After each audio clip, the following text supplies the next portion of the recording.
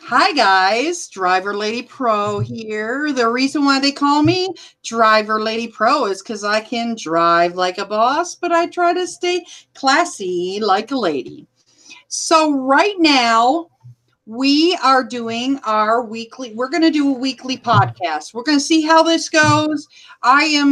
Most of my viewers are men from 35 to 44, but I was thinking, and That's me. a lot of the drivers are male drivers. So uh, I think it's because guys are more strategic. I don't know, but it's just women don't do this as much. So I got a panel of what UDM. He's a delivery driver. I have a panel of course, Dark Road Run, because this was Hey guys, pretty how's much it his going? idea. No, this is all Mandy. This is Well, Mandy's. this was your idea. You said you would like to do a driver forum or something, Oh, but then I also said, yeah, this is a good idea. And I started this. The reason why this all started was because I have been seeing so many people victimized, and it's not just passengers, it's not just drivers. People are being victimized in the ride sharing industry, and I feel like it is better. This is about healing. We're about connecting lives and healing. It's not all about this channel is not all about me. Okay. This is about connecting people. And so what I did is I got a few people together and said, hey, would you like to join the the show? And they said, sure, no problem. So uh, it looks like we already got some people in the chat too. We got Savage Scientist saying test, and we got Fat Man, the Fat Man. yeah, well, Savage Scientist, he needs to text me his email address or something because I need to be able to add him to the room. Yeah, because Savage Scientist, the reason why I asked you, Joe, is because you have personally had problems with Uber, especially in the 4 years that you have been doing this. And then same with Savage Scientist. He has had problems, was it with Lyft, with being wrongfully deactivated? Absolutely. Yeah. And DMA is in the room, and Miss G.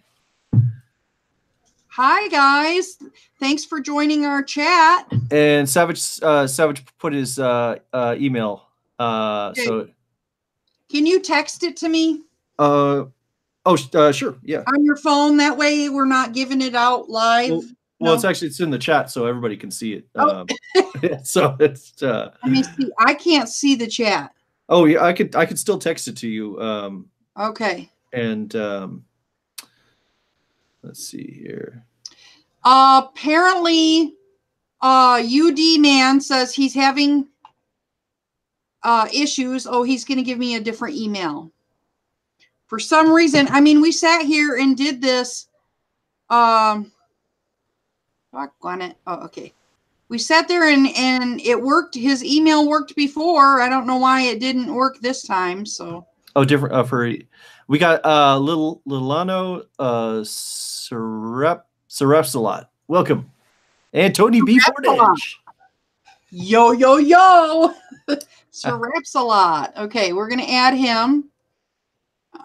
We're adding UD man. Okay.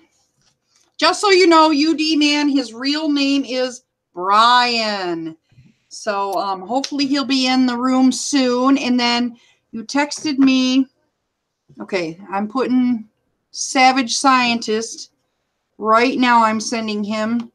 Did you get I'm gonna text you the email that he put in the chat. Oh, you already did. Oh, I sent you the text. And we got Dark Road Runner in the house. Nice. He's my twin out there in Chicago, representing drivers out there, working hard.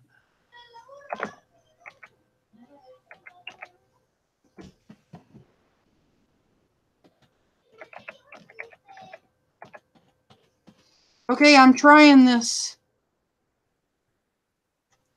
All right. I added you, Ed, or this number that you texted me. Okay. So, and then I added so last time we also have, what's his name? His Uberman 101 no longer is Uberman 101. He is Rideshare driver Dustin. Rideshare driver Dustin, and I'm hoping he comes in here in a little bit. I know I think he has like 3 children, so his life is crazy, I'm sure. And last time he was a little bit late, so hopefully we can get him in on this. Lano's wonder what the topics are tonight. The topics are. We're still having technical. All right, the topics getting everybody in there. But yeah, we are going to talk about. I did a video the other day. Was it yesterday? And I talked about.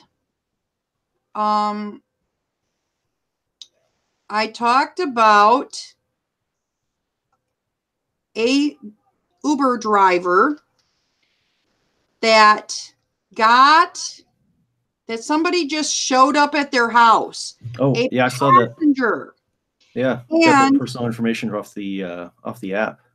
They got the personal info off the app. Okay, and I'm sending it again. UD man, Tony B, are you going to bed soon? Oh, okay, that's all right. That's all right. Okay, good to meet you. Good to see you, Tony B. Okay. Tony B says I've been a chauffeur since January 30th, 2017, and I've been doing it for free.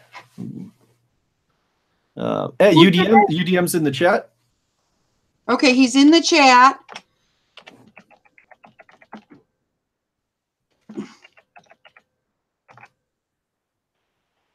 Okay, let's see. Let me see if I can try his old email, his other email that he gave me initially. I'm going to send another chat to him because I want to get him in the room. He's a really fun guy. If any of you have not met him yet, he's really funny and fun and really great.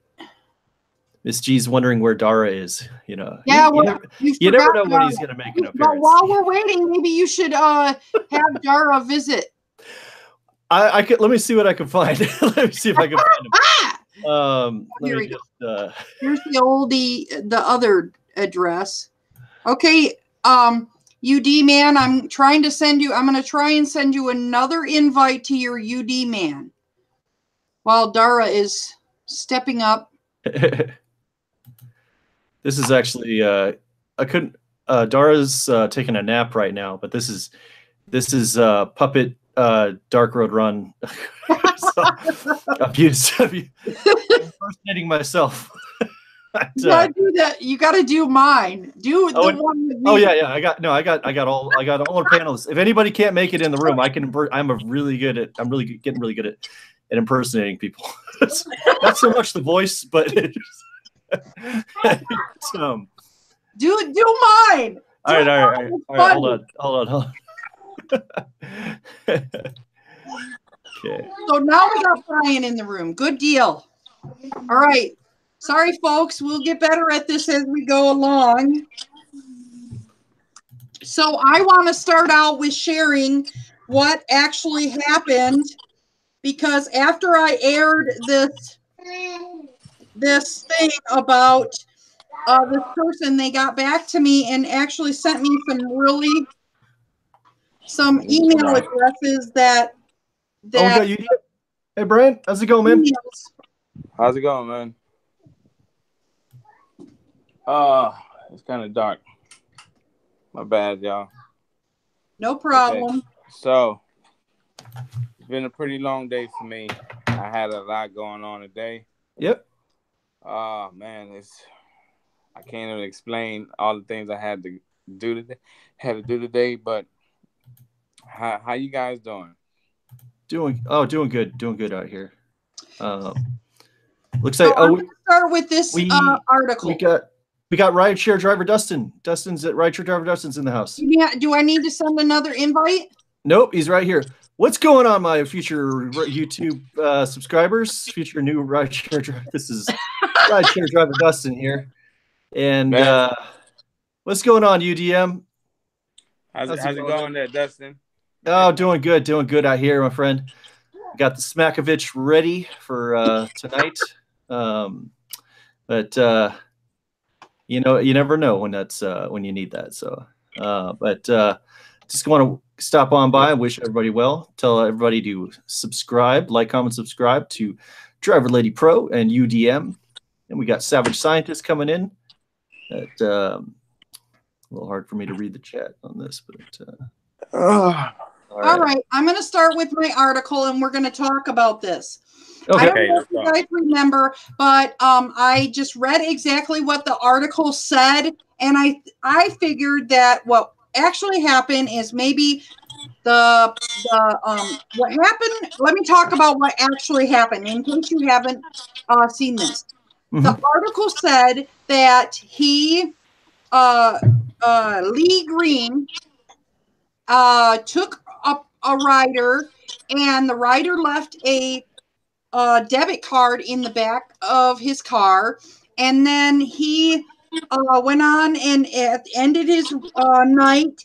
And the next morning, the passenger showed up at his house and took the card and left, but said the way he was able to find him is through the Uber app.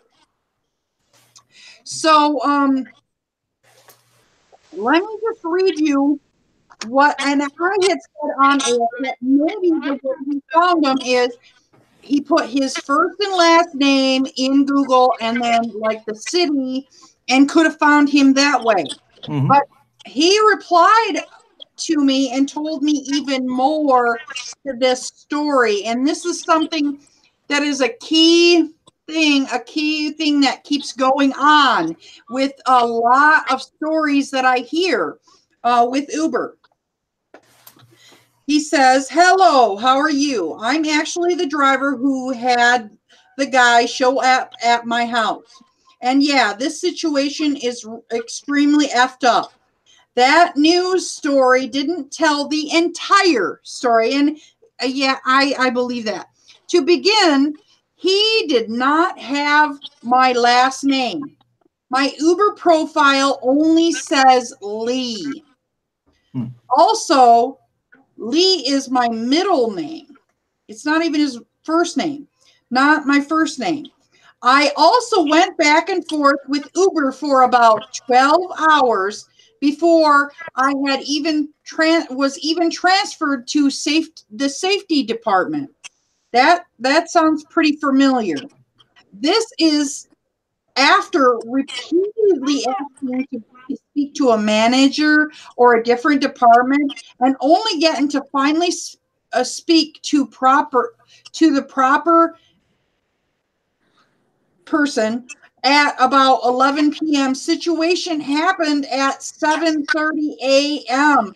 and the same morning, after I threatened to take the measures of which I have followed through with. So apparently he went to the police. I was then told by Uber that it would be investigated. However, due to the policy agreement, they cannot disclose the results of the investigation. The situation is absurd. And yes, I have the receipts and the emails. And yes, I have filed a police report. And I'm currently seeking legal aid in this matter. So, let's see.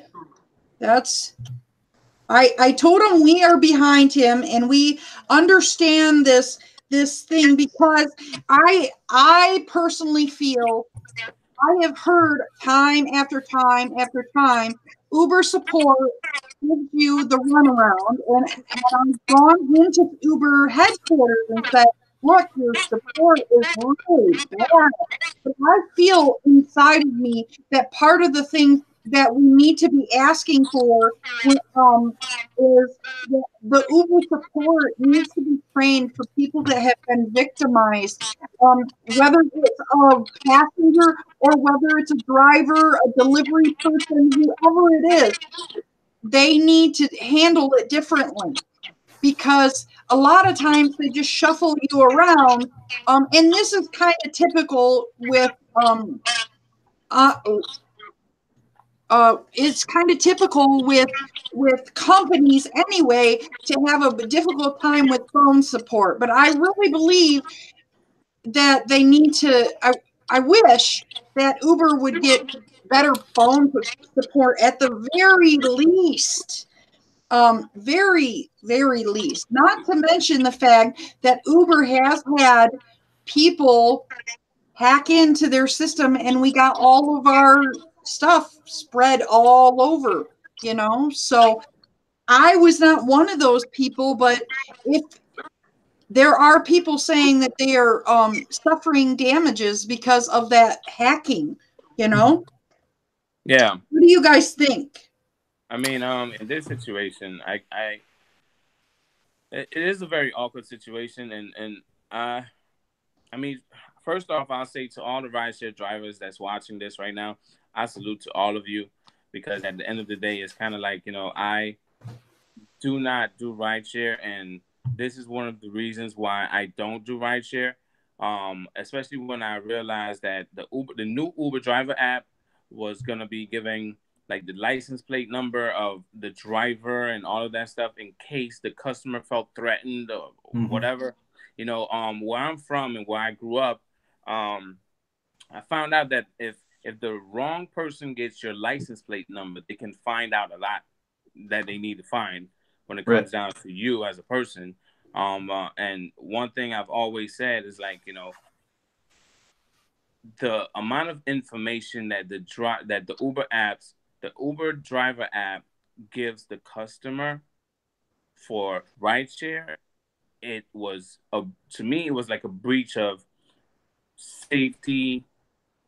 Everything with safety, I was just like, oh my gosh, this is not gonna work out. I cannot do rideshare. But that was just my opinion. But those that still do rideshare, in this situation, I don't put anything past it, because, like I said, all you need is the license plate number of an individual to find out a lot, and that's it. If whoever it is has the right channels to go through to find out whatever they need to find out, all they need is the license plate number and the model of the car, the color of the car, and they could find out a lot about that person that was driving. And it is some safety issues that I can't. I'm not gonna say that I don't believe this story, because it is very true. The runaround about Uber support. I mean, I don't know how it is for rideshare, but isn't the Uber support for rideshare like in another country, just as well as Uber delivery? It is pretty common practice with tech companies to outsource customer service, and they include customer support with that. So it's. Let me just say, Lyft uses a company that is close to Texas. I think it's in the South. But Uber has outsourced their company, and all the people have heavy accents. But See, it's even if it's like outsourced, I feel like, with my experience with support on the delivery side, a lot of it is scripted. So absolutely, the fact that it's scripted, the people that it's not real customer service, in my opinion. It's just more like canned responses. You have an issue. Here's a list of things. It's just like going to the facts, and like you're doing your own research and seeing what other drivers are going through, and that's all it is. That's the only responses they give you, like what you could find in the facts, the FAQs, just in case you guys don't know what the facts is. But it's all scripted, so there's no real support, in my opinion. So absolutely, I don't know. I mean, me as a delivery driver, I can handle a lot of the stuff on my own. Meaning, if I receive an order, and the only time I'll call customer service is if I can't find the customer. Yep. And if I can't find the customer, they have a 5-minute timer. You know, but you guys, like, you might go through a violent situation. You might have so many different scenarios that you guys go through as in Rideshare that I'm more like, I'm concerned for all of you, you know, and the hacking and all that. That's I don't know if my stuff was my information was given up or, but it's just. Well, I mean, words, guys. The results. Yeah. I'm sorry, but it's like I have a lot to say, but it's like I can't get it all out in one whop. You know, it's kind of like, man, it's just a lot that's been going on with Uber since they released this new app. This story has been released. This guy, is it a guy or a female? I think it was a guy. It's a guy. This situation, they left a debit card in his back seat, and then they found where he lived and whatever time of the day it was. That's a scary thing. Yeah. The fact that I don't care who it is that left the debit card in my back seat. You're not supposed to find me after that. You know, that's ridiculous. And for that guy to go through Uber's support and not be able to find the right support through the Uber system, and kind of like everything is generic, it's just, I'm concerned for him. You know. Yeah. In the article, he said. In the article, he told the customer told the customer wouldn't talk to the news people, but what a customer told this guy named Lee, he said, I found it because I tracked your car at where it said in the app your car was last. So it did. That's how it showed where he was. I guess, you know, maybe the little cars driving around. You know, I don't know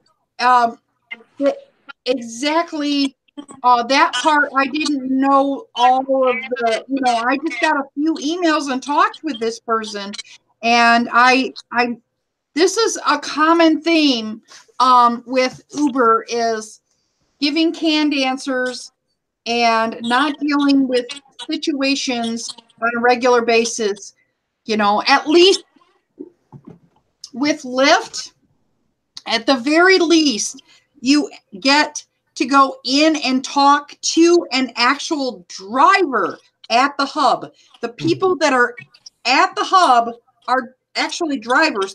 They know what you're going through. So, I don't know. If there would be some kind of support, man, like real support, like you said that at Lyft, you know, they have their support, their customer support is actual drivers. Their drivers know what drivers go through. That's real support, in my opinion. So there might be different scenarios that certain drivers don't know how to respond to because they never experienced it. But at least there's still that support, you know, instead of just reading a generic message, you know, just I can't. I gotta tell you guys, actually, I actually do. I am one of Uber's part of their customer support. I've been doing it for actually a couple days now. I'm part of their customer support team as the @Uber support, and it is challenging dealing with all the questions out there. No, I'm just kidding. No, actually, what I've been doing is I'm starting a new series where I'm going into Uber's Twitter account. I mean, it's public Twitter account, Uber support. And then I'm reading through, live streaming the whole thing, but I'm reading through all the actual like questions that are people pose to the Ask Uber support. And I'm answering them as an experienced driver and in this industry and as a human being. So, so far, I mean, I did one live stream of that a couple days ago, or maybe it was yesterday, I forgot. But it's reading through those. I've read through quite a few of those customer support questions, and then you're right, absolutely. UDM, it's a canned response. Like every time Uber's like gets a question, it's like instant. Please DM/PM us your question, you know, and we'll get back. We'll work hard to. We're sorry to inconvenience you. There's no like personal like listen. Right.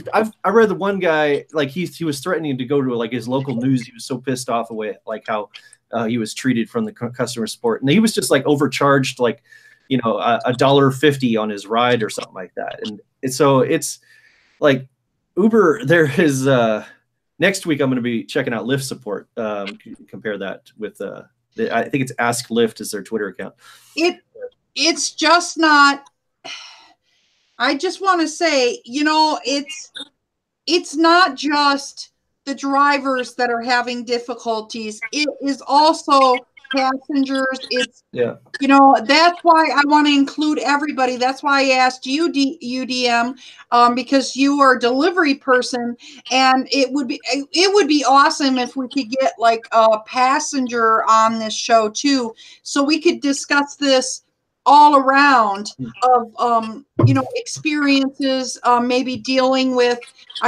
It's my dream if we get another person that is maybe a Uber or Lyft and or both passenger, so we can kind of, you know, talk about these things, you know. So I have been a Lyft passenger. I have never been an Uber passenger, and I've always wanted to stay away from it. Yeah. Because I only took the Lyft. I only used Lyft that one time because my car was towed, and they wasn't supposed to tow my car, you know. So I had no choice but to use the Lyft to drive me to the tow truck company's place where they had my car, and I did not have anything bad to say about the app. As far as reviews go, they reach out to me all the time, try to give me some kind of discounts. But Uber, I feel like Uber's just the same. I did not have to call anybody, you know, so I kind of feel like even though I was a passenger, I still can't really answer any questions from the passenger side. Have any of you done like taken a ride from Uber? I have taken rides from Uber, and I have taken rides from Lyft. It has been my experience that I prefer to take Lyft rides as opposed to Uber rides. And this is why. It's only because I feel Lyft has a tendency to train their drivers, and Uber does not even do the personal training. They just, I think you watch a video. That's it. Rideshare driver Dustin's in the chat. Awesome. So, yeah, you're absolutely, Mandy. It is like, it does feel like there's a difference in the experience of it, the environment that they created, and I mean, when I signed up to do Lyft in 4 years, 2014, they would match you up with a mentor, a Lyft mentor, and so you spend a good amount of time, you know, with these people with this person to actually show you, like, you go on a sample ride with them, with the other, like the veteran Lyft driver, and it's like, and then when I signed up to be an Uber driver, it was like, oh, hey, here's a link to our YouTube channel, you know, and there's nothing in it that says, nothing in their orientation videos that mention anything about what Rideshare Aware, that driver who got those douchebag passengers that try to overfill his car, and then like stole all his candy. It was Rideshare driver Dustin, but it was I watched that video. Yeah. I watched that video yesterday. Yep. There's nothing like they don't. That's why, I mean, like, the real support, the real heroes are you guys. You guys are the real drivers. You're saying how you're not sugarcoating this. This is your livelihood. This is how your experiences. Uber tubers out there are the most important part of this company. But unfortunately, it's the part that Uber and Lyft completely ignore. And like, you guys don't exist to them. So unless you're using Uber's name and your title as your name, it's like, then they'll go after you for like referral codes. It sucks. But that's why I'm taking a stand. I'm going to step in there, and I'm going to give personal answers to ask anyone at Uber support, anyone, real drivers, passengers, questions. I'm going to make it a regular thing every week. I'll sit down at my Twitter account and give direct responses on that. But you know, I guess Uber wants everybody to use the app to send customer service questions. But there was one guy I was talking to, or I sent a message to, was reading his problem. He tweeted at Uber. He said he couldn't log into his app to even use the customer service. And then Uber's response was, please log into your app to use the customer service. Like, they weren't even hearing and registering. Like, that's how impersonal that stuff. Obviously. What's that? Yeah. Oh yeah, it's a bot. You know, it's like if your phone's broken, call your phone company. You know, it's like, it sucks. Yeah. But no, it's I mean, Uber is its own worst enemy. I mean, they're really they do so much. Like, I thought 4 years ago, like, we would already be on the self-driving cars thing. This job wouldn't last. But then over the course of like the last 4 years, I thought, well, Uber's doing enough to piss off their drivers. So by the time we do have that technology, just people aren't going to want to put up with this stuff. What's my volume low? We got Rideshare driver Dustin in the house. What's going on? Is UDM sleeping? It's chilling. Yeah, look at his thing real quick. Look like his eyes were closed. Just in time, Dustin. I'm not sleeping. We're done talking about this. I want to talk about your story that you did the other night, and I'm going to play the Why is the volume so low? I don't know. I wonder if it's because I have YouTube up too. Hold on, I'm gonna close the YouTube one then. So we got Rideshare driver Dustin and we got Rideshare driver Dustin in the house. So which one's the real Dustin? I know, right? I guess I gotta get out of that one because that one I think's messing it up. Rideshare Dustin, please stand up. Please stand up. That's right. Okay, I can almost get his. I think I almost have his skin tone down. I just gotta like get a little more tan. But welcome. What's going on, all my so future and current rideshare drivers? That's fucking epic. Just in case you have to leave early, we can make a smooth transition. Nobody will notice the difference. No, that's yeah. I got my Kenny Rogers CD in the background. I'm good. The volume is totally gone. Oh yeah. And I'm in the seat too. I just happen to be in the seat as well. Oh, you're wearing the hat. Yeah. Yeah, I took a chance that you'd be in the same room as last time. See, everyone always. I get a lot of comments on my channel. People trying to joke me like, "Why do you dye your hair?" I'm like, "Dude, I don't dye my hair. My hair is hell.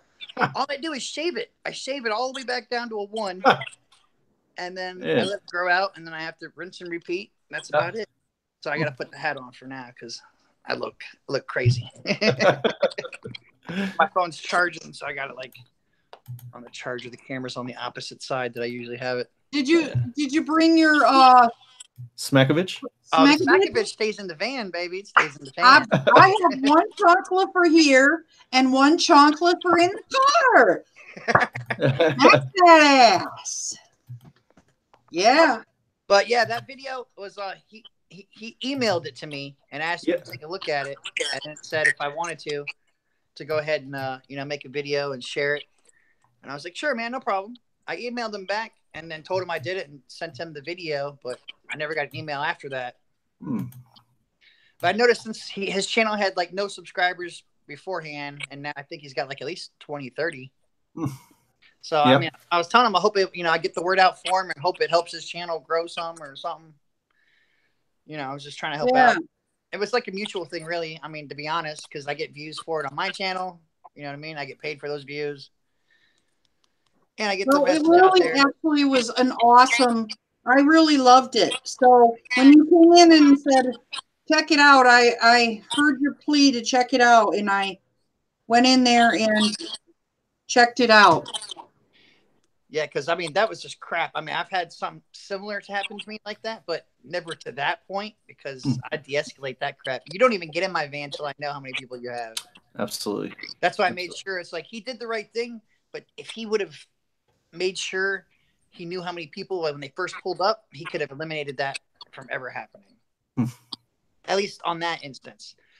But that's why I also said I know a lot of people don't have their doors that are locked. Like mine are locked. So I put the car in drive. As soon as you put them into park, the side ones will self-unlock. Oh. You still got that goddamn picture. I am your biggest fan, Dustin. It's like, You should do one with UDM. Do one with UDM. actually, give me a second. I just might take a little longer, but I used that Dara one. Remember that one night? Oh yeah, I saw Use it. That's cool. And then it fucked up on me. It messed up and made me take it off. I was like, oh man, and I couldn't really? put it back on. Oh. That's why I did that video live, because that was the only way it let me put that picture as a thumbnail, is if I did a live video. Oh. It was kind of messed up. But yeah, I know you probably think that I'm sleeping, man. I'm not. You know, I'm really not. I just had a long day, and my eyes are low. My eyes are red. That's all right. It's the hat. The hat You turn his noise down. Over your eyes. You know what I I'm had saying? a lot. All right. Savage scientist. The savage scientist. No. All right. Let me make sure my thing going. We got everybody over here. Honestly, guys, I gotta go in a little while. Oh, that's all right. Where you going? Huh? Where you going? He has a live stream on his channel. Oh, that's right. Sunday night craziness. What He gets the crazy you get people to email stuff, right? You pick another thing tonight? are you talking about? I thought you were doing the show thing. Like you had people send in stuff and then you would do pick somebody's stuff. Oh, that's right. Yeah, it's a lot of different things I got going on the channel. Okay. And it's just more like, you know, I'm trying to like do it when I have a chance to. Like you That's see the We're picture? talking about Uber, huh? That's about as close as I can get it. So UDM, I got you covered, man. You got to bounce. I'm good. We're good, man. You gotta sound like me though. You gotta sound like me. I know you got a voice thing on there. Oh yeah, I gotta load my voice. That might be difficult. I just gotta talk a little more. You do have a face off. Yeah, You're gonna I have to did. say, Like, peach. All right. Eat a peach for hours. Okay. the bees are in my eyes. Just Nicolas Cage. Okay, let me get started with Dustin's. Yep. I want to show let me get the video at the right point. Oh wait. Let's do this. Welcome back to the channel. I'm Rideshare driver Dustin. That's a long video. Yeah, but I just want to show the by another fellow Uber driver named Rich, who drives in New York City, about his incident that happened a couple days ago with somebody ordered an XL and surprise, surprise, they had too many passengers. Right. And then want to try to give him crap about it, start cussing him out. And in the end, the kicker, they steal all his snacks. Yeah. I mean, it's messed up. Thankfully, he handled himself very professionally, and it didn't turn out, in a worse situation because picking up an XL ride when you're outnumbered 6 to 1. How's it going there? All right, everybody, here's the video. I'll try to keep my commentary down to a minimum, and we'll go over it afterwards. Yeah, it's hard not to respond on those videos. People are seeing crap happen. All right, bud. Who's that kid? Who's the young man there? That's my son. Oh, here. Let me see if I can. My redhead. Let's see here.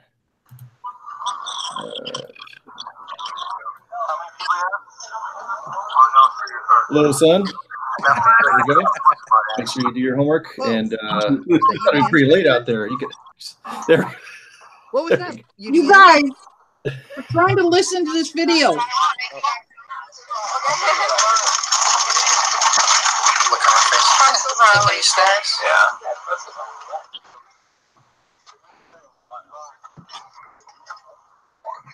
Here we go. Hey, here, driver related pro. If you actually look in the description, right there underneath is the link to his video, which has way better audio because it's actually from his video. Okay, here we go. Hi everyone, this is Richard. But you have to skip to 6 minutes, I think. Notes because I went today and I got during this altercation. Because he explains a bunch of stuff and whatnot, but I mean, I didn't want to take that from his video too as well. Just a minute. Okay, here we go. Would have done something different. Thanks.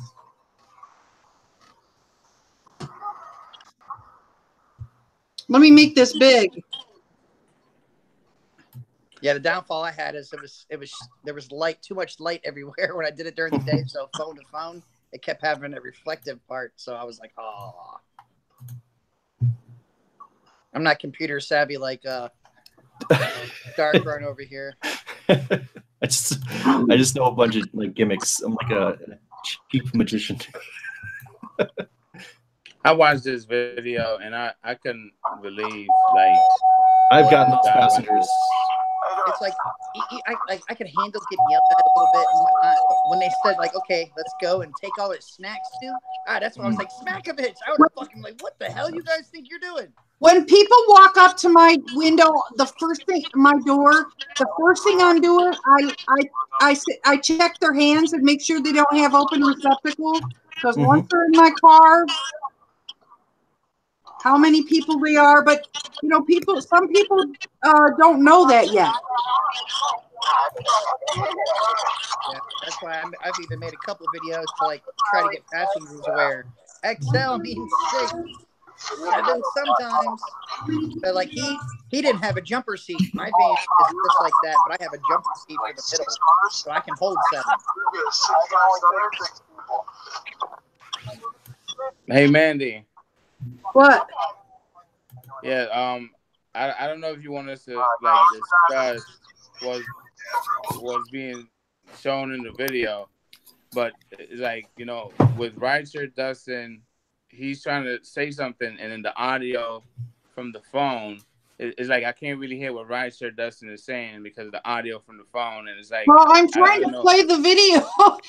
Everybody, yeah, everybody needs to silencio. Well, we've all seen the video on that, right? Yeah, but what about the people in the audience? All right, anyway, we can talk about it. So the guy lets the people get in, everybody gets in the car, and he says, how many people do you have? And he says, I only have room for 6.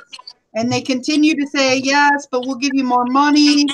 And then they also want to try and get him to cancel the ride instead of them cancel the ride, so they can save the money, but they aren't willing to get, but they like what, $10 or something. But first, the man bun guy, who got in the middle, he offered. They were like, I'll give you $50 extra. You know, don't worry about it. And then they tried to play the whole, it's my birthday. It's like, but that doesn't change the fact of anything. You know what I'm saying? It's like, I don't care about that. So then they try to offer $10 for the ride. But then the whole thing is, at the end, they were getting mad that, yes, he wouldn't cancel because they were worried about getting charged $5. Well, I'm sorry. If you're offering up $50, $10, whatever, you shouldn't give a damn about 5 minutes or $5. But you know what? You know, in these videos, what I hear the most is like, whenever I watch these videos, even on your channel, Dustin, I hear a lot of things like, you know, well, the other guy let me do it. Yep. Why you can't let me do it too? It's like I get that a lot, and from the delivery point of view, I get the fill the drinks point of view. Like, well, the other driver filled the drinks. Why can't you do it too? It's like, I don't know what's going on. I have seen Uber cars with the sign on it picking up minors, and I heard on on your channel they're not supposed to be picking up minors. So it's like, they even have news people getting on them. A lot of people are out here just to get the quick dollar, and they don't really care about the rules. They're bending the rules so they can make the money and then just moving on. And then the people that are actually trying to do what they are supposed to do by the book is like, you know, we're the ones getting the bad end of the stick. I really wanted to cuss, but I'm not going to cuss. See, the main problem is there is no training video. That BS little video they give you just shows you how to operate the app to pick up a ride. It doesn't tell you how to deal with these people on the ride. It doesn't even really tell you to make sure your car is clean and stuff all the time. Yeah. It doesn't tell you the incidents that may occur. It doesn't say really crap about the insurance. It sure as hell doesn't say nothing about minors in there. Nope. It does not. Yeah, it seems like we the ones who keep Uber running. That's all they care about is getting that money. They want to put everything on us and then get pissed off at us when we bitch about them cutting our rates. It's like, really? You want more for less?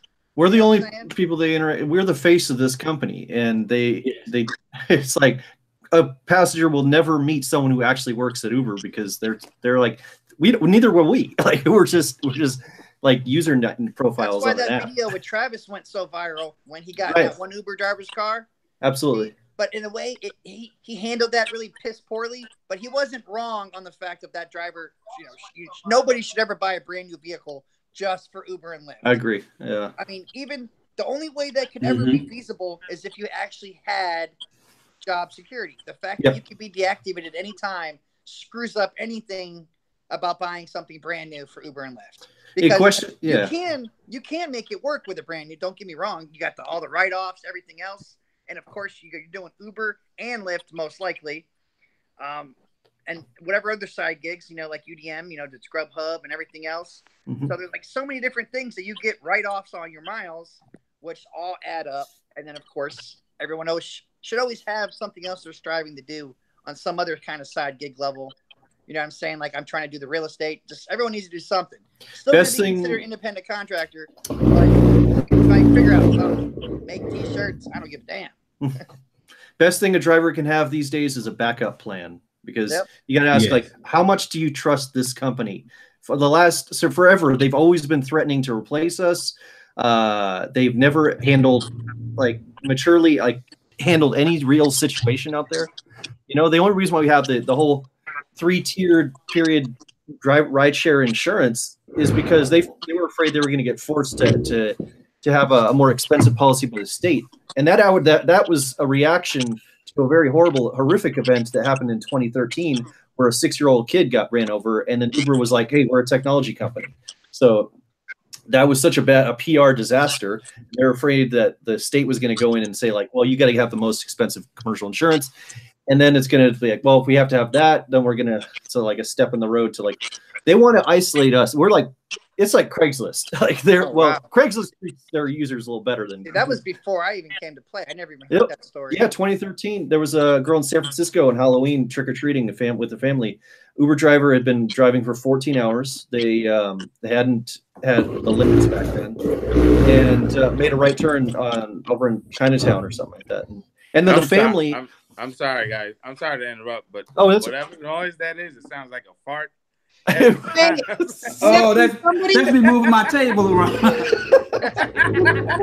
I'm like nonchalant, I'm trying to move it around. Please turn off your mic first. If you have loud noises going on in the background, just turn off your mic, and then we're all good. I'm like, I didn't even know you could hear that. So I'm here. There we go. I'm like, there we go. Somebody is lighting it up. I was just that's. Mind my business. I'm not used to these live streams. I just go to put a video up, bam, and it's ready to go. That was Savage Scientist. Yeah. Let him loose, man. We've all been there. Hey, at least you did stand up to it. Oh yeah. You've all been doing rideshare enough times. So how many in here has actually had to cancel a ride because you farted right before you picked up the passenger? No, that's why I keep Lysol and stuff in the car. Lysol, roll the windows down, AC on max. I had 2 blocks to get that smell out, and it didn't. And so it was like, oh, I'm sorry, I'm just gonna have to cancel this. I was looking on the options, like, oh, okay, well, that's funny right there. If you have to. Has anybody farted with a passenger in the car? That's some hard-hitting question. I never did none of that. I try and keep my area smelling good. You know what I'm saying? So I would not admit if I did it. Yeah. You know what? All right, this is what I did. I farted before a passenger got in the car, and I sprayed, and I think it didn't do a good enough job. And a bad rating saying, it was about professionalism. And You didn't fart like a boss. It just happened to be the hottest day, and they're like, "Can you roll down the windows?" I'm dying over here. Hot outside, and there's funny. air conditioning in the car. Why do you want to roll down your windows? And then afterwards, it occurred to me that probably they I didn't get the smell. So if you fart in your car, please spray I think I just farted right and now. then roll them windows down. If somebody farts in my car, I'm getting a cleaning fee because you need a priest to get that smell out. That's why you don't do Taco Bell. You don't let people eat Taco Bell in your car. Yeah. Oh my God. Yeah. Remember that lift promotion thing? I don't get those. I don't get those too much. Let me see what. Look at the comments. Oh shit, we forgot about the comments. Yeah, I know. I know Shell. She just said something. She agreed. Have a plan B. I have a plan Z. Almost. I have at least 26 side gigs that I'm ready to do. They go from driving taxis all the way to selling. You said 26? Selling computer skills. That's a lot. Oh yeah. You're the governor. It could be. That's a hustler. Plus, you're the governor, man. Oh yeah, that's another job. Even YouTube is a job. Absolutely. I rig this keyboard. I agree with this you. is actually a Macintosh back right here. I'm about to get me a Mac keyboard and use that. I just started a YouTube channel last night to play Fortnite on. Nice. And I already got one subscriber. I was laughing. I'm like, what the hell? So, man, I got killed in Fortnite, man. I mean, it don't take long for me to get got. I mean, when I get off the bus flying in the air, I'm shot. Yeah, I like that game's pretty funny. I like shooting games. So, and I do commentary. You think I'm funny on my channel? Wait, just wait. On this channel, it's totally different. Censor. You know what I mean? It's the other me. It's the gamer me. So I just say shit. It doesn't matter at all. I don't worry about professionalism on that channel. That channel's like, we having fun. We having fun shooting people. You know, it's because I don't know. I have a lot of kids, so you know what I mean. You can't take life too seriously, otherwise, you're just gonna be miserable. How many kids do you have? 4 that I know. 4 that you know. Man, Rolling Stone. When I was young, I was bad. Yeah, that's not bad, man. You did the right thing. I like it. Yeah. 4's good enough. But he said 4+. At least, no, 4 that I claim that I know. 4 all right, for sure. Yes. So you have. I claim that I know. So you can have anywhere from 4 plus X kids, but X is some number 0 to infinity. You know, guys are a different story than girls. Girls can actually know how many children they have. Guys, you know, did you know that I'm one of 9?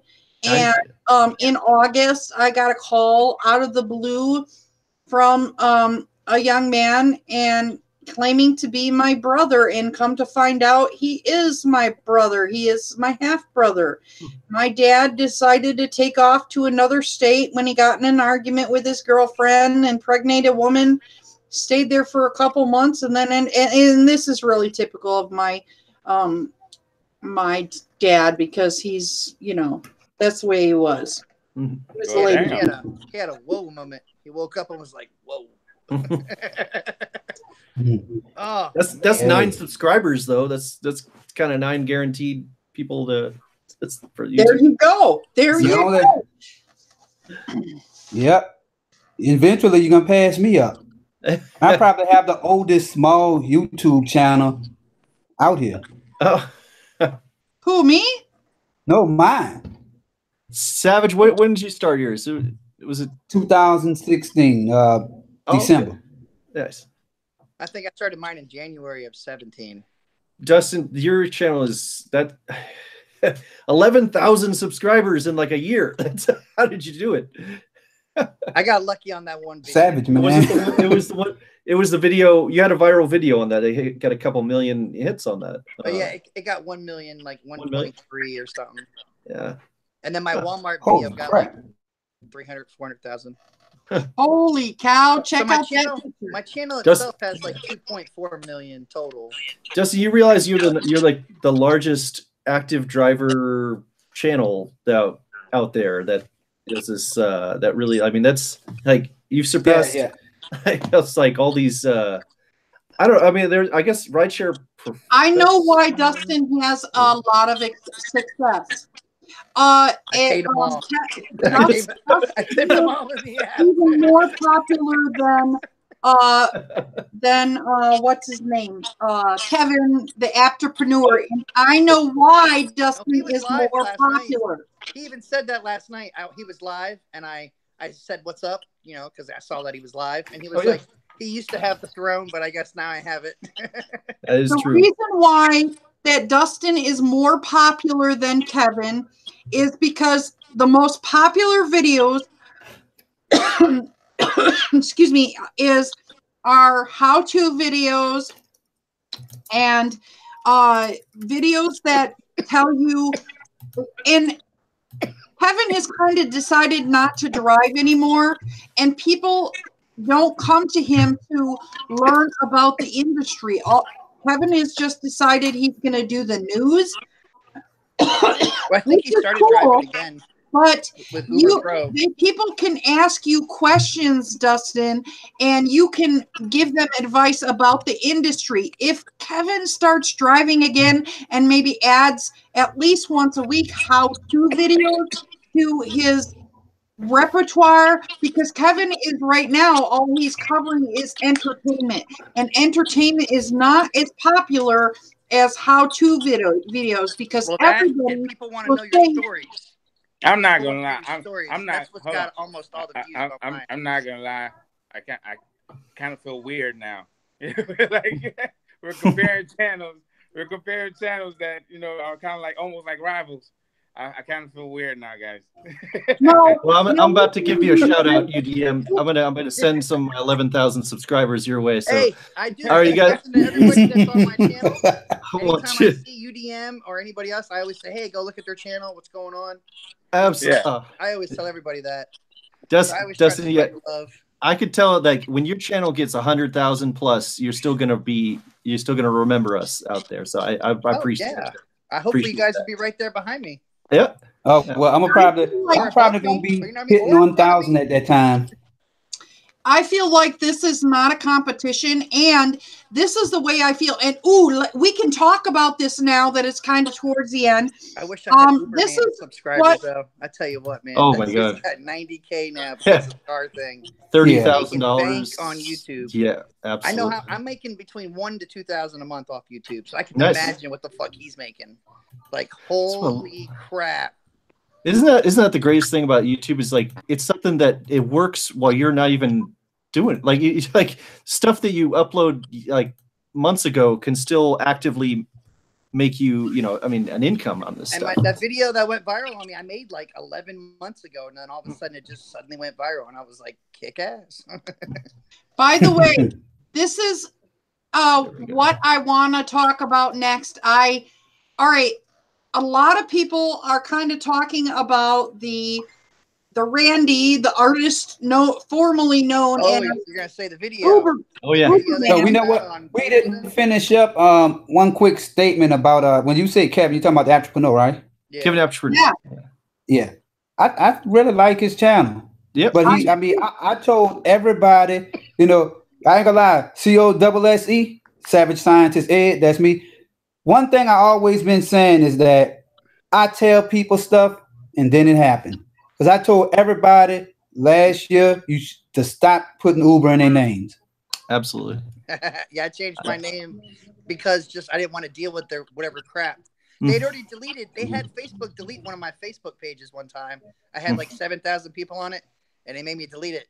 And then it was like, if I want to get it back, I have to contact Uber. And I was like, well, fuck that. I ain't dealing with them. So I just made 2 more. But now I Facebook. I have the Facebook group on, the driver group, which is you could actually interact with other drivers or whatever. I have that on Facebook, and that still says Uber and Lyft Driver 101. But I don't think they'll mess with that. Man, I hate Lyft. and I got like almost 18,500 people in that.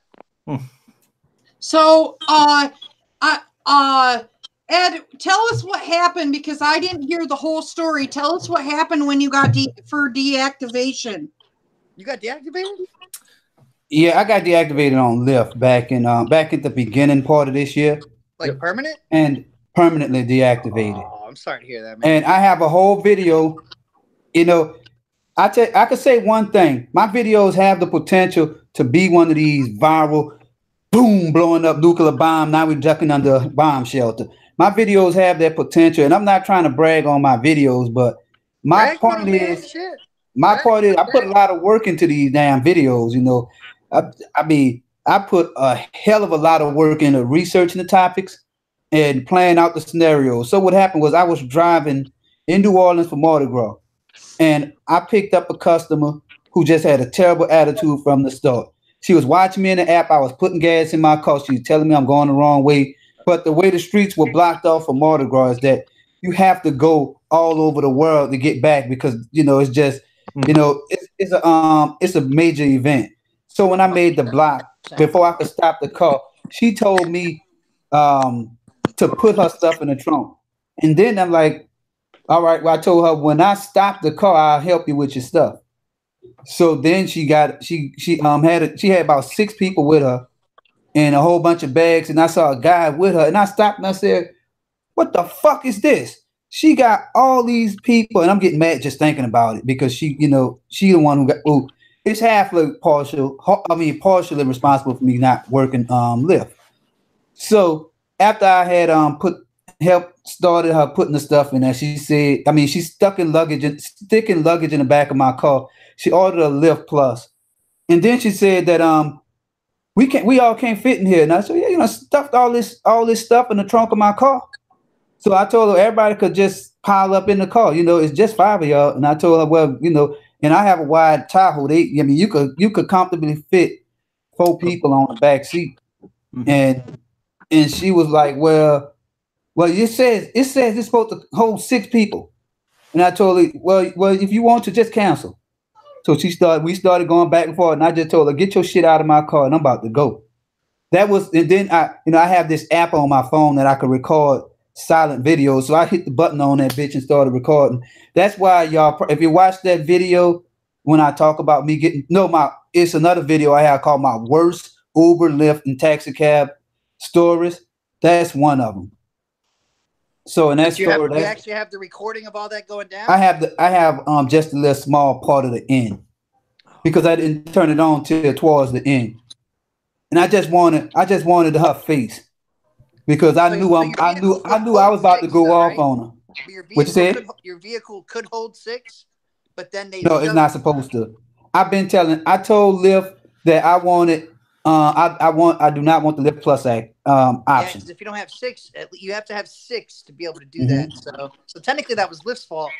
So I see what you're saying. Because I have email telling Lyft that to take that option off, because I still want to do Premiere and all that stuff. And then another thing, if I would have had a big vehicle, if they put all that luggage in the car, that would have took up sitting space. Because I mean, it's essentially, if I would have had my 3rd row seat in the car, then I could have took everybody in there, and then I wouldn't have been able to fit their luggage in the car.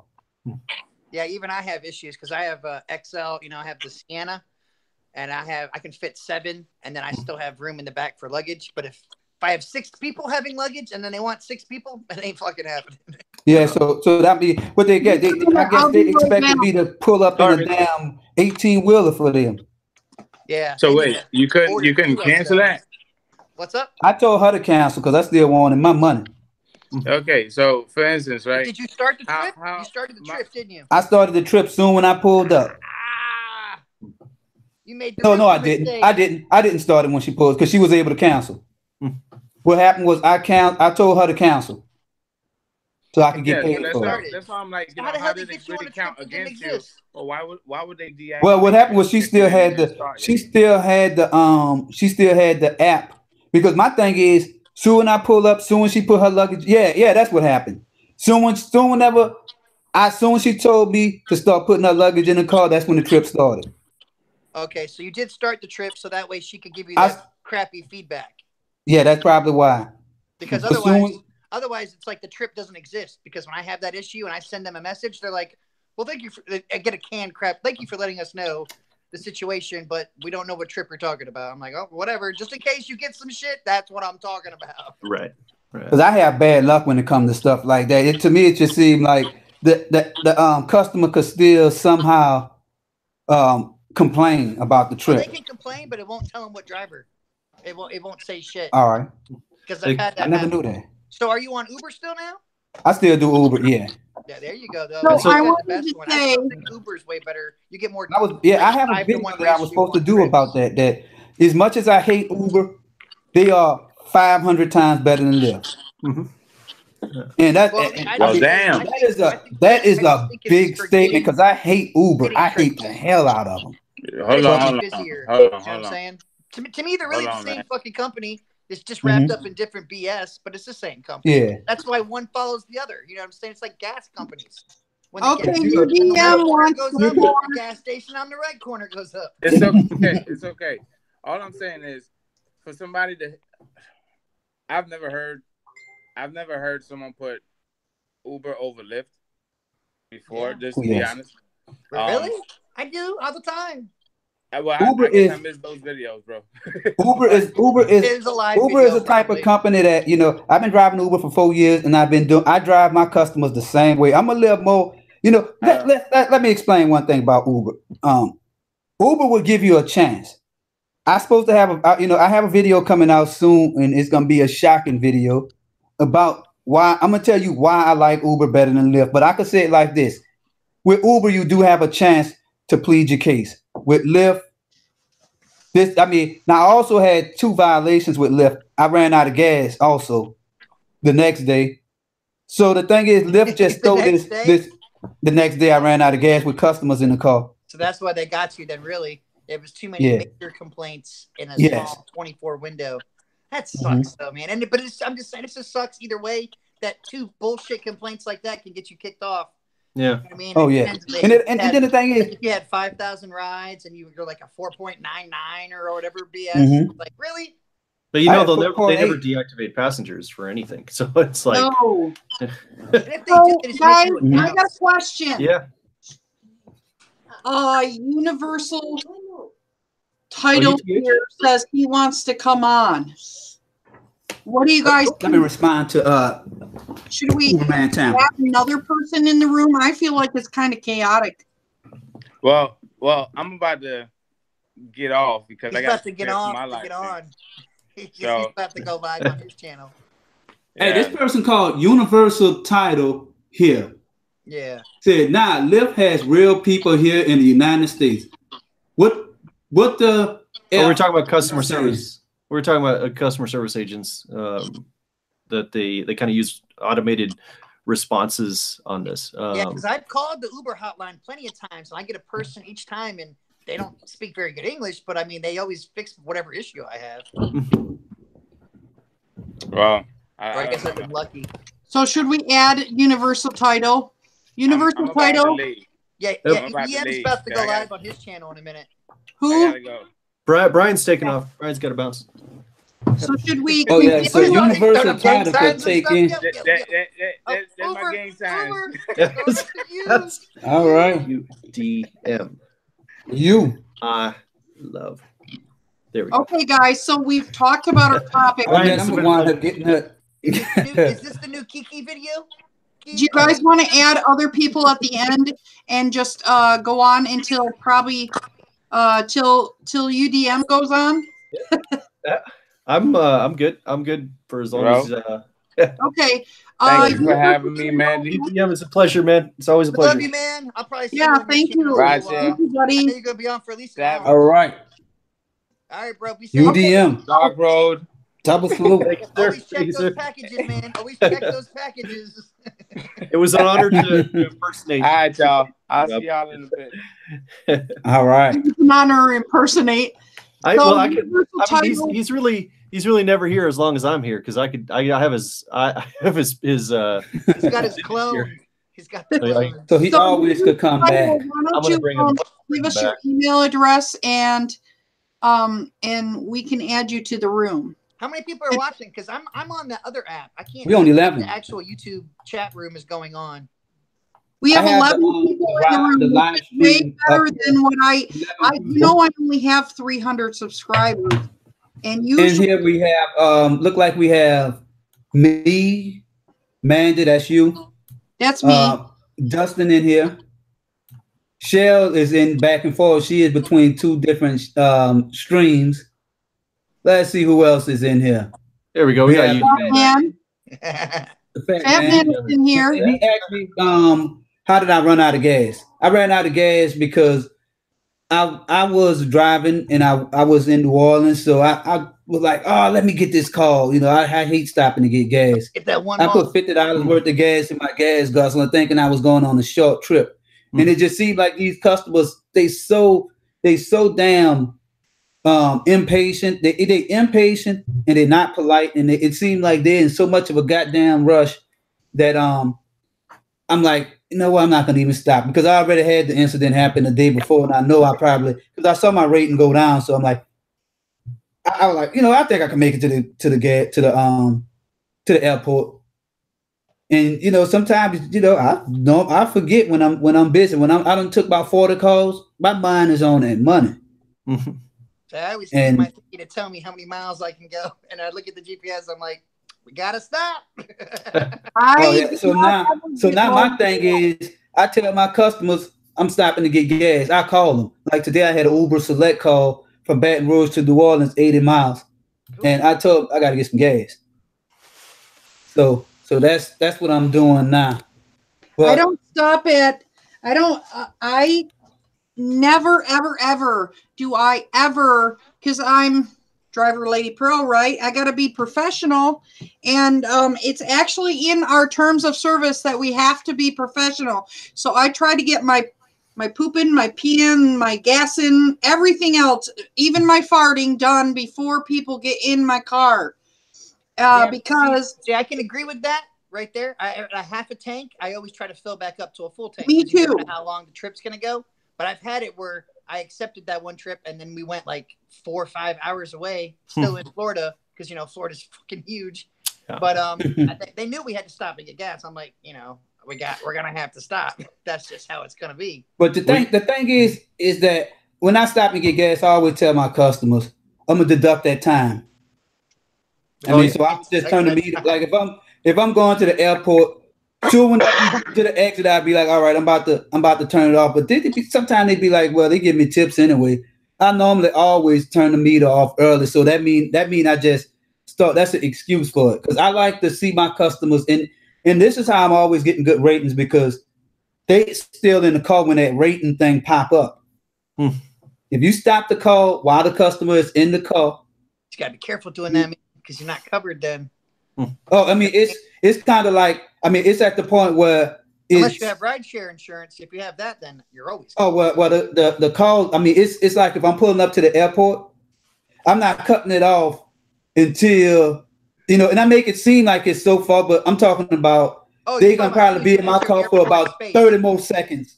Okay. So it's like a 30-second window from the end. So they still like it's not like they get out the car. I'm unloading their shit, and then I get back in the car and end the trip. I end the trip before I take all this stuff out the car. So while we pulling up to the terminal, that's when I'm taking their stuff out. And then I could always say if I get into a wreck in those 30 seconds, I could say that, you know, after the wreck, I just got out the car and turned it off. Really, you shouldn't. Yeah. I just slow down and just tell them, all right, get out. You actually stop. I don't leave it on. I charge extra for that. Guys, let me read what everybody's saying in the room. Welcome, UTH. Yeah, welcome, UTH. Hey, Clayton. How's it going, man? I need to know is leaning like this. Move your chair or your camera, bro. Oh, who's leaning? Oh, yeah. Oh, yeah. Oh, he's got plugged in. Low, so I had to start charging. Okay. All right, let me read what the. Trust me, this isn't very comfortable. I'm not leaning, so I'm just lay down. It's an earthquake.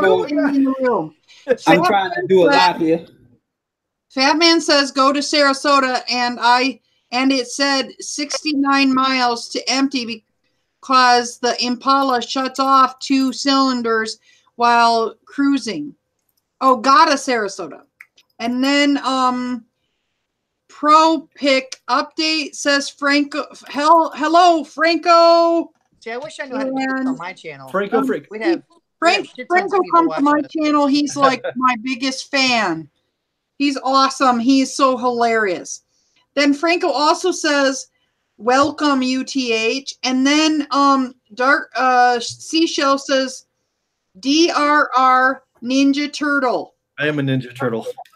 I'm the Here we go. Fuck it. I'm gonna go. And then Savage Science. I wish my car had noticed. I'm mad. My favorite Ninja Turtle was always Donatello. I think he was Donatello does machines.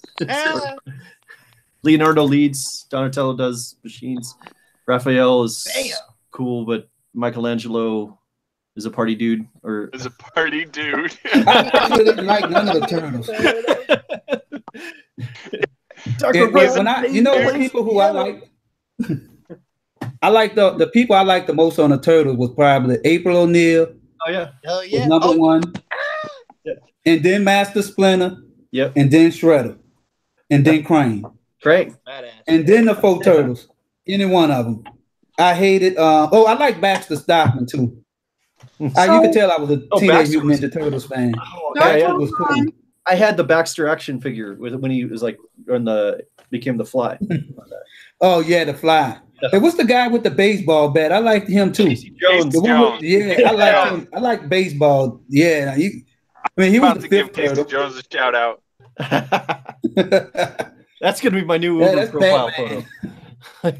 Dark Road Run. There we go. Do you have the Travis Kalanick? Is he put away? Let me check. Hey Travis, what the fuck are you doing? He said he's coming. He's coming.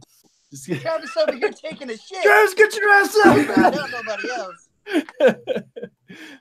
We'll see what's. But I would like to see him and Dara K just go WWF. Really, you know what? I would just like a Royal Rumble. Put them in a. I would pay $1 million. You know what? I would give up. I would give up 10 times surge for 6 hours to get into a ring. 10 times. Even if I get my ass whooped, I would get into a ring again. Blue Moon. I don't think it's Travis K. All of them, and you know what? At least that beat down to feel good, because I tell you, I think I get this. I would find me a stick or something.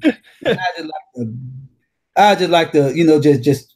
And why are you so quiet? This is considered evidence at this point, so I won't even say it. Did you just leave did you leave all your friends? Did you leave those crew of people? Is that why you're looking so tired over there? Universal over there. How's it going? He's like plotting. Yeah, he looked like he looking evil over there, man. He look like he about to go mess up. It's the top light. I know, right? When I'm in the van, I have to put my hat on. I have it on. Let's say what Fat Man says. Mine goes from 6 to 4. And then Fat Man says the Sarasota run was 80 miles, but only deducted 31 miles from my distance to empty total. And then Fat Man says, I slapped Travis so hard it would paralyze his mother. We need Travis. Really, I really like it when you get both Travis and Travis is walking up the stairs right now. He's walking up the stairs as we speak. I would have thought that guy's video would have had more views on it. All right. Oh, Travis, are you ready? Oh yeah, you want to say a couple words to the devoted? It's like, no, I don't want to say anything. No, come on, it's cool. We're all friends here. No, don't put me on. Don't put me on. Oh my God. Hi there, this is Travis Cali. Or Mr. Bill. I just want to say thanks for was Driver Lady Pro for having me on this. So I don't do a whole lot of plenty enough. I like to thank my fans out there. To thank my fans. It's been a little. I've actually been kind of intimidated from interacting with real Uber drivers out there after what happened to me on that dash cam. So There we go. Nice. But I'm actually doing birthday parties now and anniversaries. Now I can see all the comments. So now I got the other phone on. Yeah.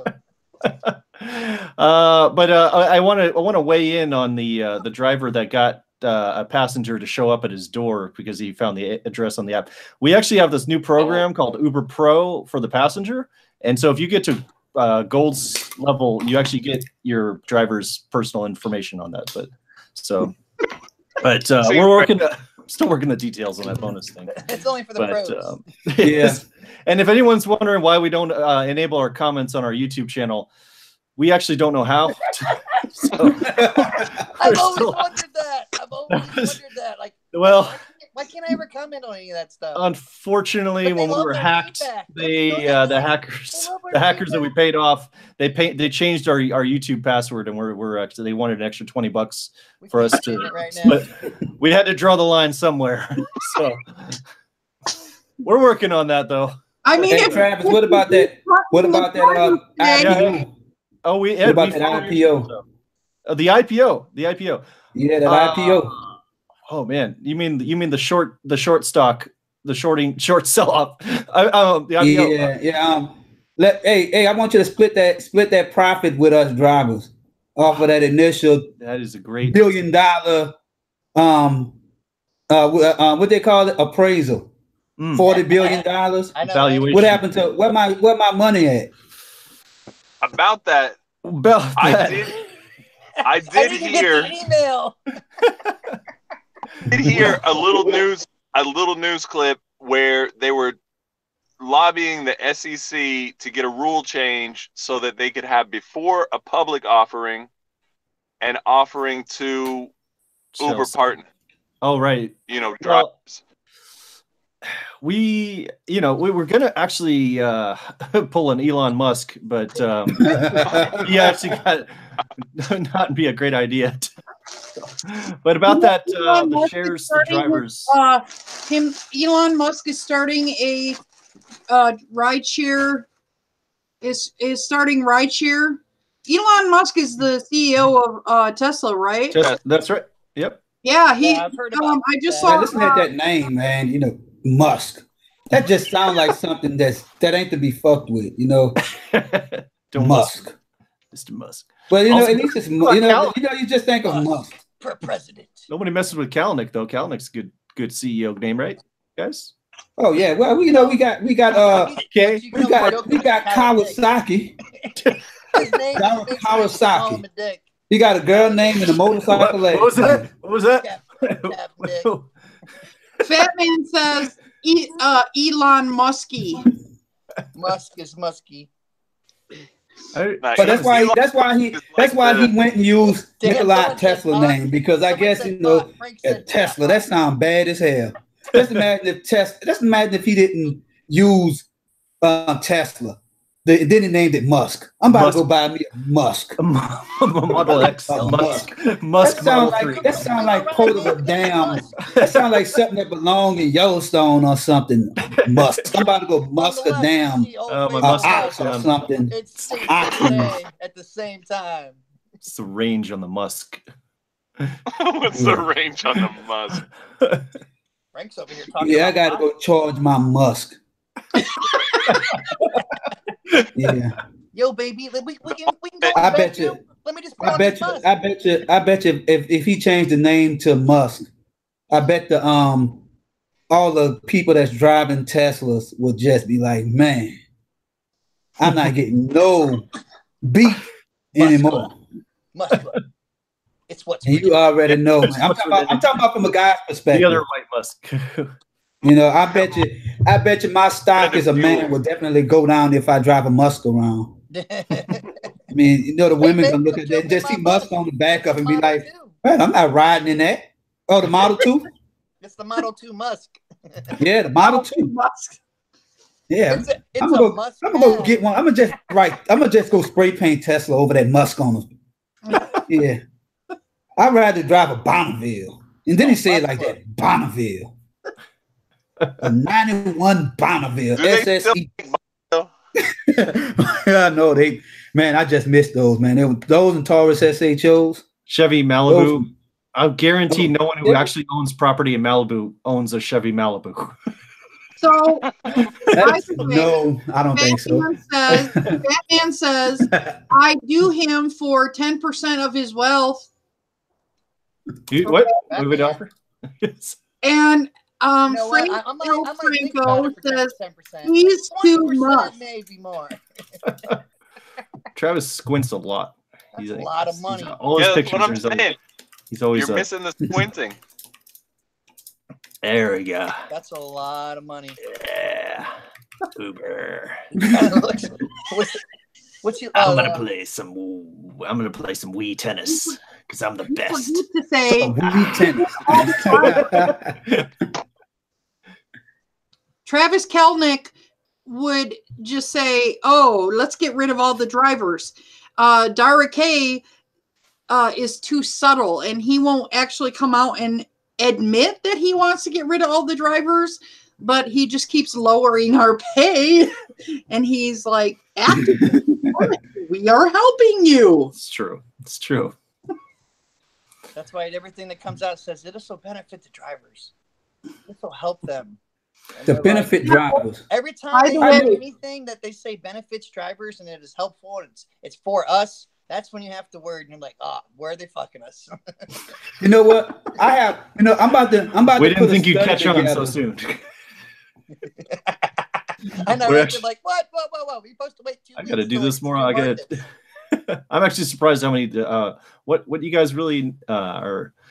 We have our own orientation videos and about drivers and what drivers are like, and none of them say any. They all say everybody's happy with the rates. Don't they also work for the company? In your orientation videos, don't complain. It's kind of a reverse. It's an executive orientation. We're still working. Yeah. They gave them all prepaid. Everybody have to take one call. Yep, one time. Mute your mic. If you're gonna, all right. So I want to say, it says, okay. Let's start with, Fat Man says I drive a Caprice. Savage says TFM. Don't forget about me. I won't have to play the lottery. AZ Driver says, hey y'all. Hey AZ Drivers. Hey, live stream. Seashell says, hey, AZ. AZ says, hey, Shell. Then Franco, I didn't buy any ticket, but I'm still hoping to win. Shell has our ticket. Yeah. If Shell wins. By the way, Shell, if you win, you're our friend. Remember us. Okay. And that one time at band camp? Yeah. Then Frank says we need to pay our rent. And then, did you see a passenger sold UTH's back seat? Says I think you're gonna have to stop on that one. Yeah, who stole what? A whole back seat. Stole something? UTH, his back seat is gone. A passenger stole it. They stole the whole damn back seat out of a car. Not half of the back seat, the whole damn thing. How is that even possible? Get away with that without somebody noticing? It's not. I would have just charged him. That's a $3,000 vehicle damage fee right there. And I just get out the car with a big old movie camera and just record him. All right, man. You know what? You can have it back seat. That's definitely the ass kicking putting on YouTube right there. That's world star. World star. Driver kicks ass over back seat. Dude walking down the street with my back seat. Nah, that's Frank's running joke with me. Every time I put the seat down, the folding seats, he says somebody stole it. He said somebody stole the other half now. Okay, I was like, holy hell, how do you get out of someone's car without not notice the damn back seat on? That is funny. I watch my people, I'm like, you ain't stealing my shit. Come on now. Yeah. I tell you what, the driverless cars, though, I've already done full moved over to delivery, right? Because, and I'm serious now, the FAA is what regulates all these drones that are supposed to be delivering food. So that's what you have to wait on and compete with, and that's who they have to go, the regulators that they have to go to and deal with. is the FAA. And that, I mean, you can have every single piece, every single screw is numbered and registered on any kind of aircraft that's regulated by the FAA. So, like, people will be delivering food long after they stop delivering people. And Tesla will probably come out and be the first one to just do it clean and not transition from people to driverless cars. They'll just come out clean and go straight into the driverless. So there won't even be that. That makes sense. You know what I mean? Because they're going to have to fight. Lyft and Uber are going to have to fight us. They're going to have an angry mob. But if Tesla just comes out with a driverless car, you know, some people will be upset, but nobody's going to be like, we've been doing this for your company all this time, and now you're fucking us over. So I you know, I think pretty soon most of us are going to be doing food, man. It doesn't pay more during season or during peak or whatever, but consistently, I've found that it pays more. I'm not gonna be driving at all. I'm gonna be writing code for these bitch ass. Yeah, because I am a programmer. Yeah. And they said code is turning into like not blue collar in like a derogatory sense, but blue collar in like the number of people and the level that it's taken up. It's turning into like what used to be a good middle class factory job. That's what coding is becoming. Yeah, so it is, but it's still a big learning curve with that stuff, and really you have to keep up on the platforms. You know that they're teaching coding in the kids' school. You know, they're teaching little kids to code. So now the thing is, when I was in school, they taught us how to code. Did they? Yeah. Yeah, but it was some bullshit code, and basically they're just changing the color. You know, make the turtle make a square. The little cursor make the cursor make a square. Couldn't tell the difference between a turtle and a square. It was terrible. But yeah, it's stuff like that. They making up code in games. Remember when we were talking about people stealing stuff out of our vehicles and stuff? I had someone send me something, but I didn't make a video yet. He sent it to me. I guess it happened to him on the 28th of October. These people jump in his car, and as they're getting out, they steal his fucking aux cord. Oh, jeez. Yeah, it's like, look at this. It's like a couple seconds. It's not very long. But I'm going to go ahead and make a video on this shit. See that chick back in the middle?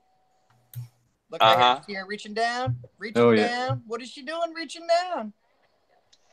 Oh, shit, that's a felony. Look at that. Got the fucking cord in her hand, and she just like slipping out like nothing. Oh, yeah. You know, look at it. Look like her name. He had to have seen it, man. I'm like, So, now that we have all drivers here, we do have one delivery person. And CEO. And CEO. Let me ask you. I'll be making a video on that though. Dark Road Run is a delivery person now too. I love delivery. I love delivery because you never have to worry about finding a bathroom. Because they're sending you to restaurants, so you can always use the restroom. Right. Come on, get off Kalanick, man. That's true. I know. I'm starting to get sick. He'll come back to you. Did you see what the fat man just wrote in the comments? He's about to be a storm chaser. Hey, you know what? I'm about to go see if I can find you a TIV. I don't know if you remember that show Storm Chasers. I used to like that show.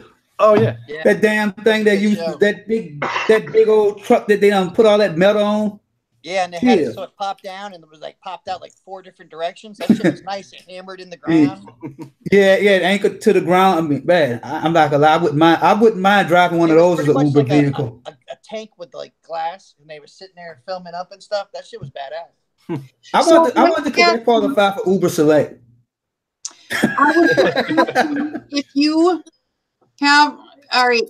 do those that drive people, do you have things stolen out of your car? Do you provide candy and stuff like that? Or do you just not put anything in your car?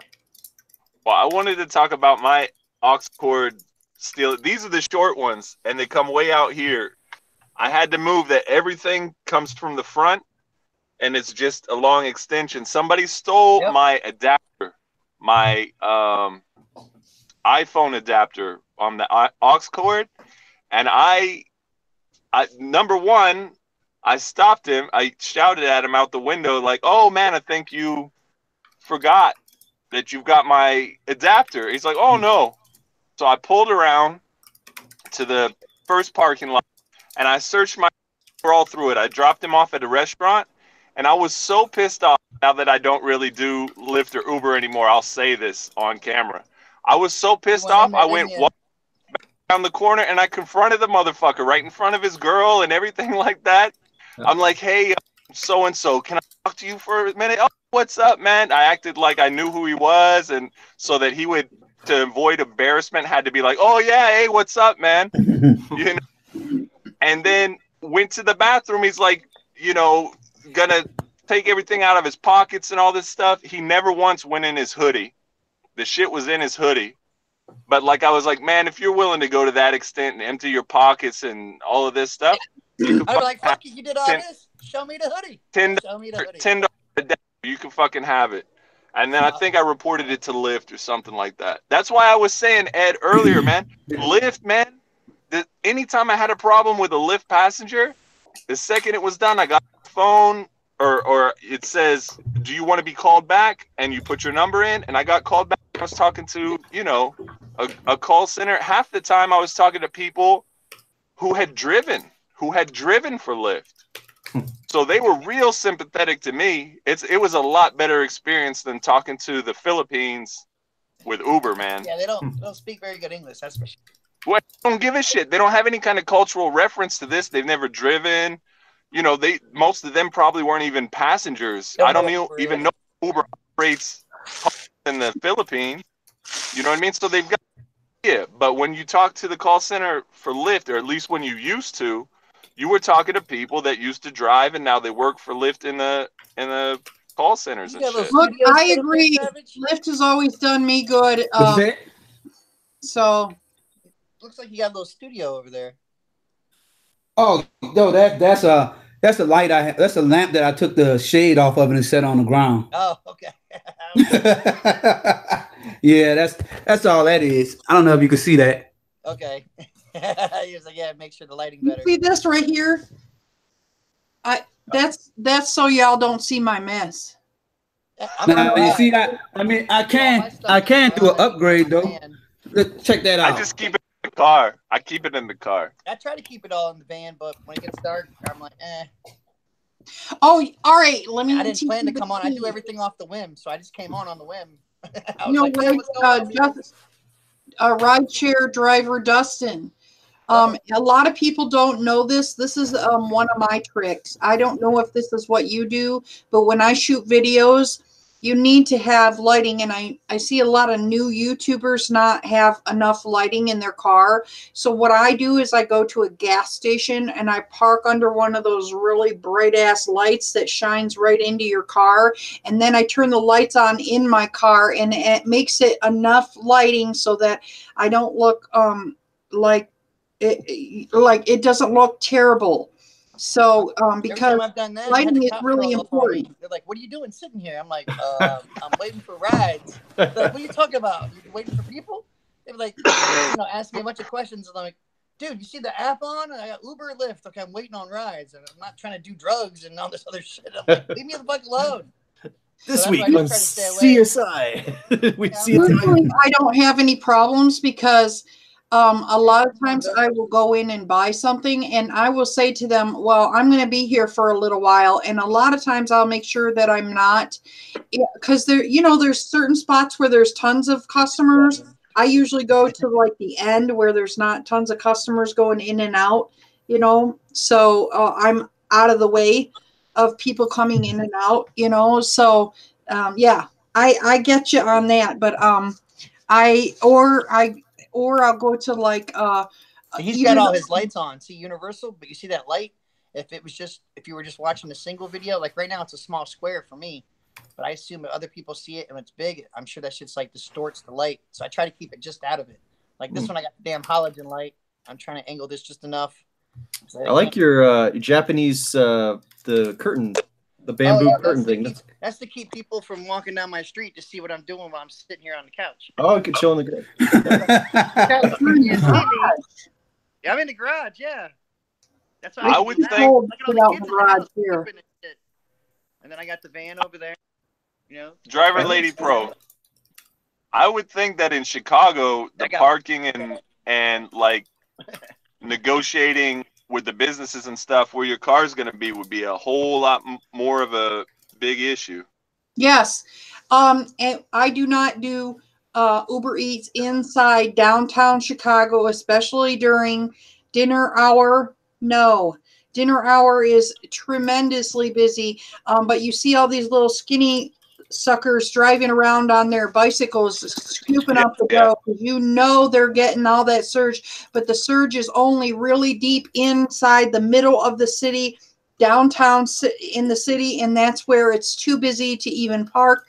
So I do when because the reason why I do Uber Eats is I do it when my spouse and I are able to do it together, and then my spouse will sit there and you know, listen to the phone, we'll talk, you know, stuff like that. It's my spouse's night off and I have to work on a Thursday. It's a Thursday, you know, Thursdays are terribly busy, you know, so that's why I do Uber Eats. But I have found that when I did, I don't know if you've seen that I do Grand Rapids, Michigan. I took my old Uber Eats account and sent it to Grand Rapids, Michigan. So when I do go to Michigan, I do Uber Eats in Michigan, and it's so much better. I get all surge. I can park so much better there. So I don't get a whole lot of surge. That's why I got a lot of private clientele, and I just wait for them to go out, and I go out with them. I already guaranteed I'm going to get like at least $50 tip. You know what I mean? Plus whatever in the app. And then I just Uber around and wait for them to call me back up. I tell them to call me like 30 minutes in advance, so that way I know to start heading back, and I'll sit there and wait because fuck it. And then if I get the XL ones, holy shit. Because, you know, you make good money just driving XL to begin with. And then all of them usually at least give me 20, 30 bucks a piece. So I make more money in tips than I do in fares. Man, when I do Uber XL, it's normally a bunch of college students that's too damn broken. They won't put 64 people in my damn car. That's I try to stay away I from just those. get I just go crazy. USF right down the street, you know what I'm saying? And then I got what's the other college over here, Bill? St. Leo. I got St. Leo College as well. So University of Tampa. I got everything right here. When I first started, I started in a Chevy Equinox. And a Chevy Equinox is only a 5-passenger car. But they would see that I got, like, every time somebody was trying to scam, they would see that I had a model, a mid-size SUV, and like before I was savvy. What was that? Oh, he's got a request. It's DoorDash. Oh, I'm not going there. I'm not going there. Don't worry about it. I wouldn't go there for 20. Is that McDonald's? I'm not going there. No, it's. I like to accept and then renegotiate my contract halfway on the way to the restaurant. I'll be right back. Customers, I'm glad that Uber added that panic button because I can call 911 when there's no surge. I want to try it. I want to try it so bad and record it, make a video of it, but I don't want to get in trouble. I want to try so bad. Pull me over. I'm not making any money on this job. I'm gonna be like, oh, I'm sorry, I didn't know what this was. I'm a newbie. That'd be great. I'm sorry, I'm attracted to buttons that say "Do not push in case of emergency." I do have a sign on the back in the back of my car where I have this big box thing that I keep all my shit. And I have a sign on there that says "Do not open $500 fine." I love that. I love that. And I got it rigged up so if you open it, I got one of those personal alarms, so it's gonna make this loud. Oh, that would be so hilarious. Like the vlog horn. My video it's at the end of one of my videos. Anybody open it? The passengers the rules. Do they ever open it? I did this video a year ago. Catching people opening that box, that alone would go viral. I did a video. That video. I think I might just hire somebody to do it. Yeah, man. Here, set it up. Just make the acting look good, and you'd be all right. I did a video a year ago where I like had a whole list of like I'm going to charge people for traction control. Like windows going down cost $5, but windows rolling back up cost $10. And then Savage Scientist took it to a whole other level. That was awesome. He had like it laminated, and he had this actual menu system. I charge like 25 bucks for like my real name or something, stuff like that. But then you couldn't get my real name and have a clean criminal history. So like you had to choose either one or one or the other. Okay, listen, guys. I want to read what they're saying in the room. Just a minute. Oh yeah. Okay, so Frank is trying to get, just so you know, Frank is trying to get people to fund his cause, give him money or something like that. He said something 1-800 fund Frank or something. I see Fat Franco. Man. And then Savage Faction says TFM. Check out a few episodes of Storm Chasers. And Savage Scientist says it was the best thing on the Weather Channel. Then Batman says I don't do Uber Eats in downtown. And then Seashell says, hey guys, Franco needs a GoFundMe page. And then Scott Walsh, I didn't see you in the room. Hi, Scott Walsh. Scott Walsh is over deleteuber.info. And then Seashell says LOL Dark Road Run. El Franco says all gig jobs are yesterday. Franco's GoFundMe says Seashell. And Savage says that's funny. Where is Savage typing? Oh, he's on his tablet? He's on his computer. You got full keyboard. He's magic, man. He's using the powers. That's sneaky with that full keyboard. Oh, that's cool. Oh yeah. Yeah, I thought about doing that too, man. Oh, that's cool. That's cool. He's got it on the Apple TV. Or... Oh no, that's Let my me see computer. It. Oh, that's... Yeah, I have. Oh man. Yeah, I hear y'all. Put it on again, Savage. Down. Ed. All right. Put it on again. I want to see it. I'll show you the studio. Okay. So this is the TV that I mounted in one of my earlier videos. That's right. And this is my computer. Oh, I have a nice. Okay. Wireless Logitech TK830 keyboard that I get pissed off at a lot of times. And that's it. And I had this piece of pizza that I was eating earlier. It got cold because it's nasty. Nasty. You know. Ain't nothing the microwave can't fix. Yeah. Ain't nothing the microwave. I do have a Logitech T. Let me show it to you. I just never hooked it up.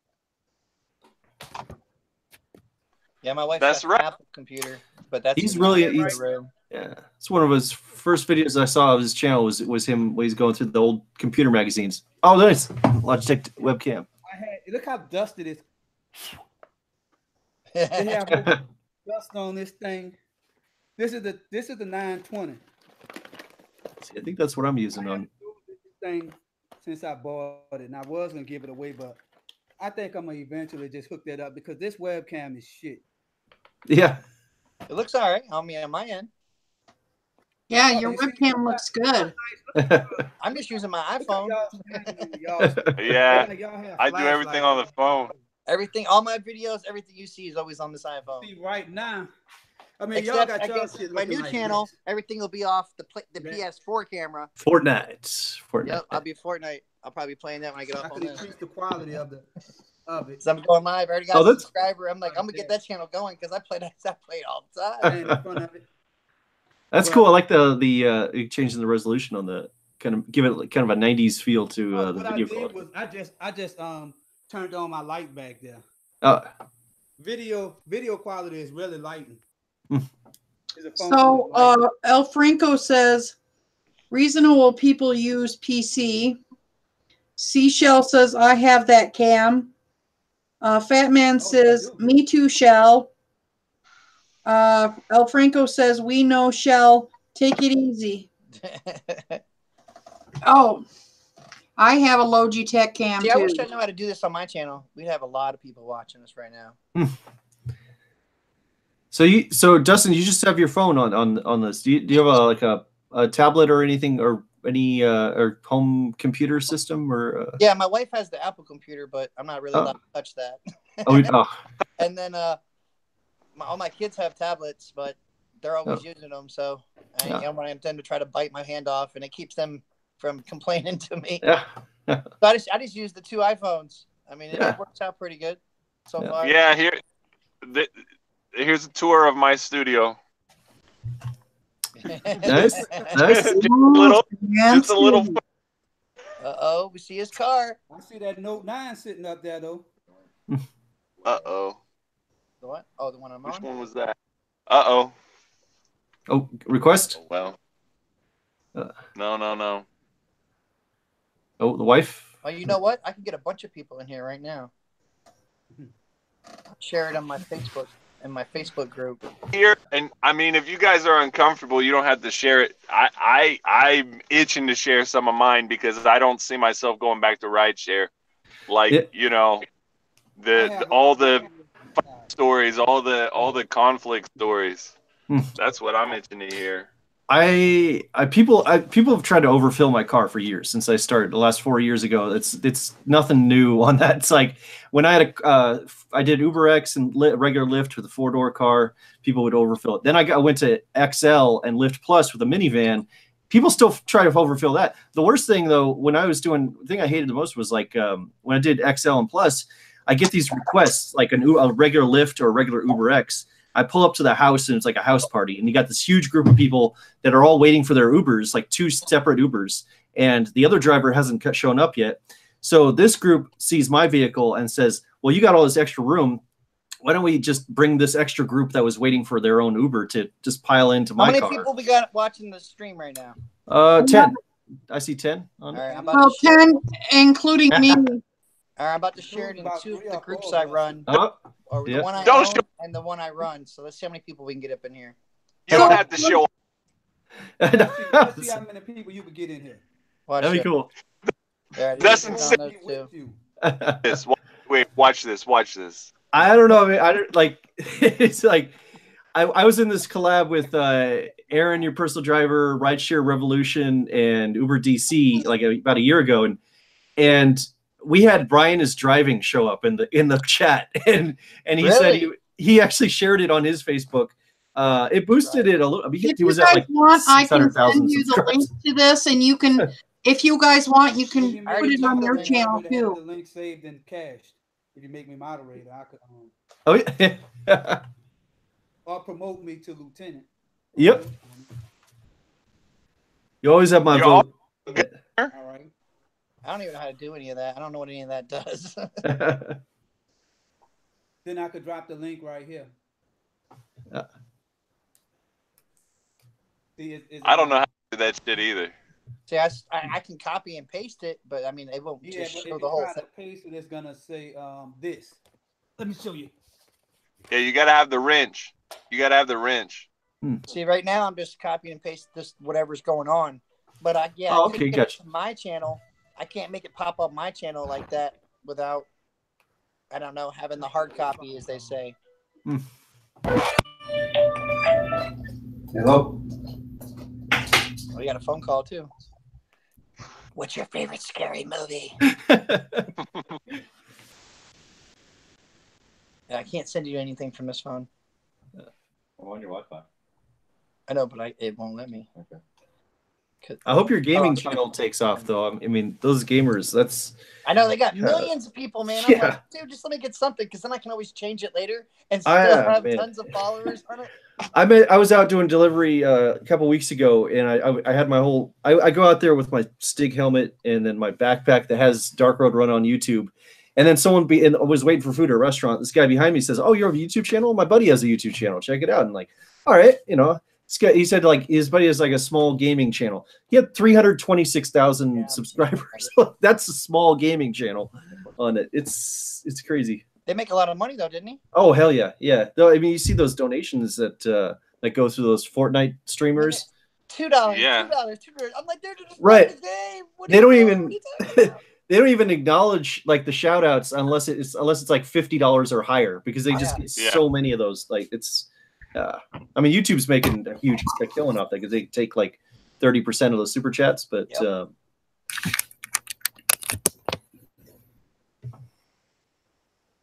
Yep. I shared it, so that's only 10. Okay. What the heck? I wish I started a YouTube channel earlier. I mean, I don't know, like I should have gotten on this platform back in 2010. Oh yeah, that's when you see a lot of the older videos have tons of views from it. Yeah, it was. I heard the I algorithm. had a channel in 2010, but I deleted it. Oh, you did? Oh, yeah. You know, I actually started my YouTube channel just because I started bitching about Uber. Oh, okay. And then I had cancer, and so it says, oh yeah, you started your YouTube channel back at this date, but I really wasn't even serious until after I had cancer. I said, you know, I better do something with this. The cancer videos. I'm glad you were beat how I that. found your channel. Yeah. So I lucked out because it didn't kill all my hair. I was intensely in the hospital, in and out of the hospital, and it was for 2 months doing intense radiation. I had to walk around with a thing on around my belly. They were pumping in the chemotherapy into my blood. It wasn't just like go in for a little while into the thing. It was all day long, constantly hitting me with chemotherapy. Man. It was terrible, and it was in my girl parts. So now it sent me into premature, you know, whatever that thing happens when you're older. What is that? Menopause. And yeah, so is it the study? They say you're cancer free now? yes, they went and did a biopsy a few months ago and said I am cancer free, but I'd be happy about that. Yeah, that's good news there. But the thing is the nice thing is like my mom, she had breast cancer, and she was out of work for 9 months. She didn't go out of work, but she the chemo took her 9 months, whereas I lucked out in the sense that even though I was in and out of the hospital for a 2-month period, it wasn't something that was going on and on and on and on. It was only 2 months compared to other people that have to go through it, even, you know. So it makes you appreciate life, though. Those had to be. So people said because you had a channel back then and you weren't serious. What, like, I didn't really get that exactly. I had a channel, and all I was doing really with it is I was getting on and complaining about Uber and Lyft. Oh. What I was doing is like, you know, and then after my cancer, while I was like in the hospital, I started thinking, you know, I really should do something with this channel, like, because so you change the name of it and turn it to something else? No. Oh, you can start a second channel too. A lot of times, the second channel is what I'm going to do with that is I'm going to put YouTube videos in Spanish. Okay. So you're talking about on your account, yeah? Because I got like 4 on my account. Yeah, I'm the second channel. I have 3 channels. One is a spiritual channel, and then this is my main channel, and then the other Mandy Martinez Driver Lady Pro is also going to be, but it's going to be for Spanish speaking people only. So I guess I'm fucked on that.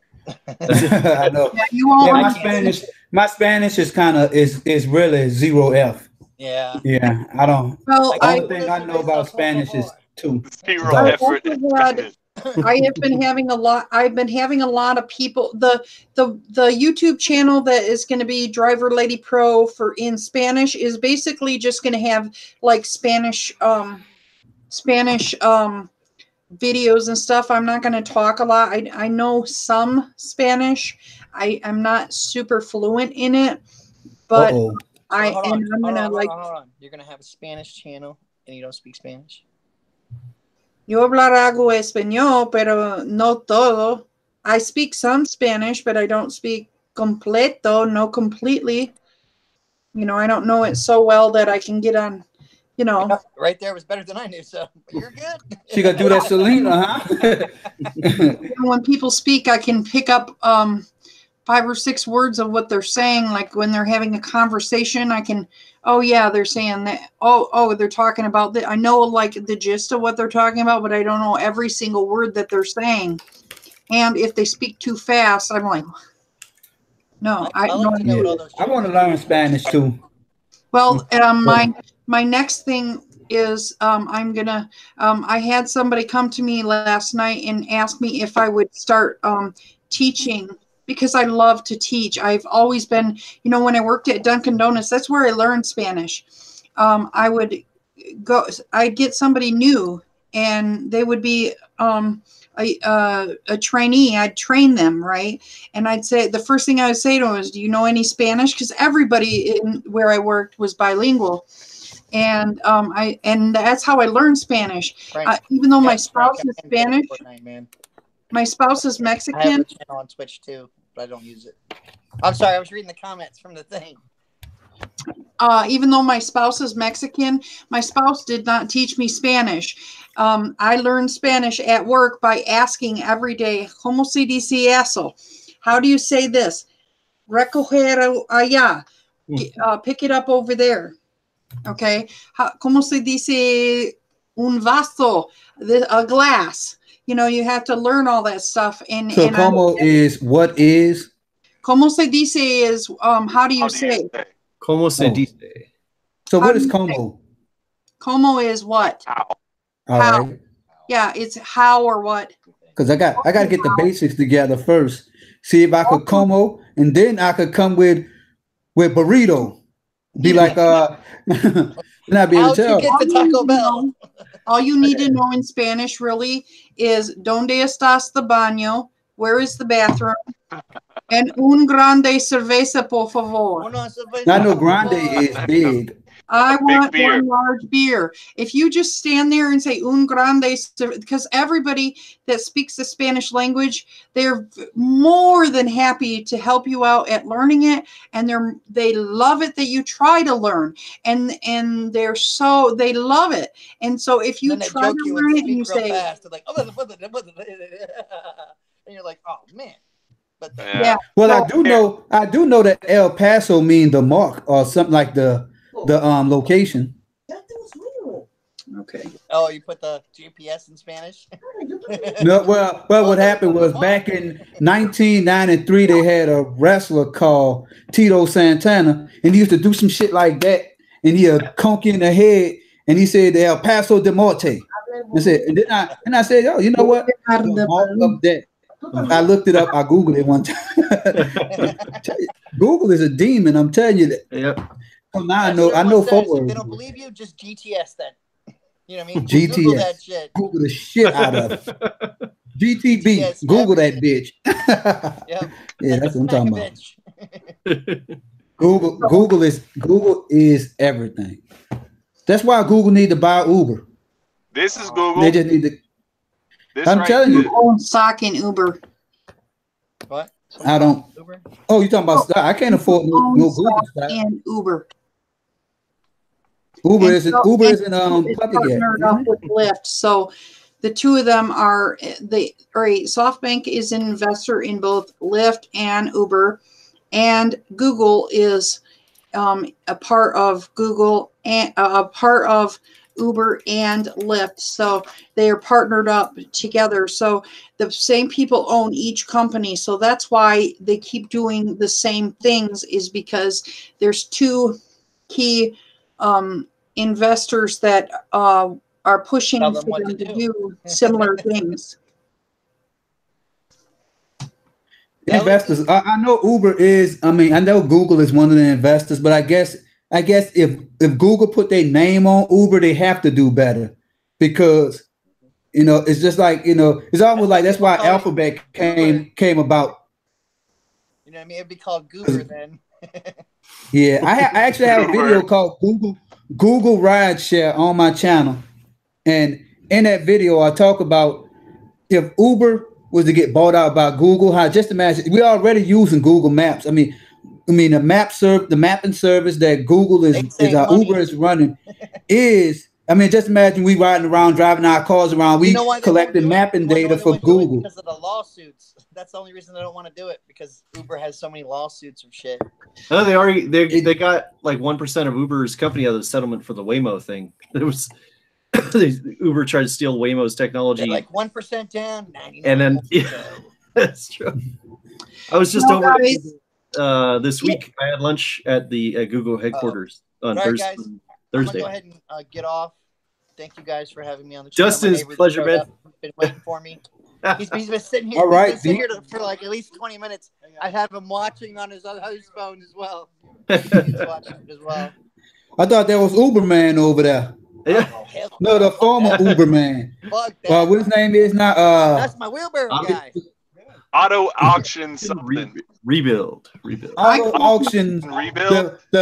Yeah, fuck Uberman. The artist formerly known as Uberman. I mean, that's what I call him. Artist formerly known as Uberman. Personally, exactly. That was fucked up how he went off on Peterson. And I even made a video saying people should help him at least this one time, you know, if they can, and not to fuck with it. But he deleted his video and stuff, and then they both deleted their videos. Yeah. So I guess he didn't need any more help anymore. And I was tired of getting shit for it, so I was like, you know, I deleted that video today because I mean, I guess he was done. I'm glad I didn't do a video on it. Listen. When I saw Ride with Peterson, I was the second or third to comment, and I was like, "Comment, man, I saw it." I saw that one too. Yeah. I'm watching the video. I honestly felt like that. I was like, "What the fuck is this? You're telling me you can't go out and drive to make money, but you want me to send you money?" That's what pissed me off. It wasn't the fact that he was asking money and he was sitting in a BMW. I could give a shit about that. I know if you're in the red, you're in the red, even if you've got millions coming in. If you got red's the red, you're in the red. I think his justification sucks. Wouldn't drive fucking Halloween where the money is, and he's asking me for money. It's like, no, man, get out there and fucking grind. I don't think he grinds, man. When he got in that Honda, he made 1 or 2 videos with that Honda and then never again because it was hard. And the videos he made with the Honda were him acknowledging how fucking hard X and straight lift drivers work, and then he didn't want to do it anymore. It's like, that's what pissed me off. Is like, this is a grinding job. There are ways that it's not hard and ways that it is hard. And if anybody doesn't want to do it to the point where in the ways that it is hard, you can't complain. Yep. I mean, if you can't do the hard parts of the job where it is difficult, then you can't fucking complain. Yeah, this is the way I feel. He does need to downgrade. This is the way I feel about the whole situation. When somebody had to help, at least try. I have been in this man's shoes before, and I helped the guy out, because if somebody is crying out, I am not going to kick him while he's down. So I helped him out. I figured he had the balls if you were video asking for help. The least I can hear you. That's true. Because I hope one day if I'm ever down, maybe if I don't know if I'd still ever make a video, because I made the video and then I watched his full video and then I didn't really notice that he said he was getting $1,100 from YouTube and shit. And I was like, well, damn. I was like, I know you don't get that to the 21st of the next month. You know what I mean? I understand that because that's when we get paid. And I'm like, okay, but I still wanted to pay it forward, help him out. I figured at least give him a chance. And then that way it's up to him to manage himself better. Then I could feel better knowing I tried. I feel before, back when I feel that maybe he has gotten himself into a bad situation with his car, and that's what he keeps saying, that he has problems with his partners, but it might also be that he's having difficulties managing his money. I don't know. He needs to downgrade. I can't change that. I don't know. There, where it's higher, then you have to come back down low to the rest of us, and you just have to grind time and make it work. And if you can't do it, then you got to find something else. My channel's not shit, but I got banned by the Simple Driver. And I went on all the big boys, and I made my little video promoting How you Peterson get banned from the simple driver? He's like never on. because I got like my 11 videos. I don't know how the fuck he's got 70,000 people for putting links on his channel. 5 videos. Of which, well, 5 videos about driving and 15 videos about some kind of business shit. Yeah, that's why they called him. And he only upload once a year. But I don't fuck with him though, because I mean, whatever he's doing obviously works. So I don't fuck with him. The fat man just said that he got his own thoughts about this, and he's trying to live. He's trying to keep up with the Joneses. I agree with him, and I said on my video. I just made a little small comment on this, and I said, you know what, I'm broke too. I can't. I mean, he started a YouTube channel and surpassed 5,000 subscribers. So, whatever he is doing, just continue doing that. Maybe he shouldn't be driving.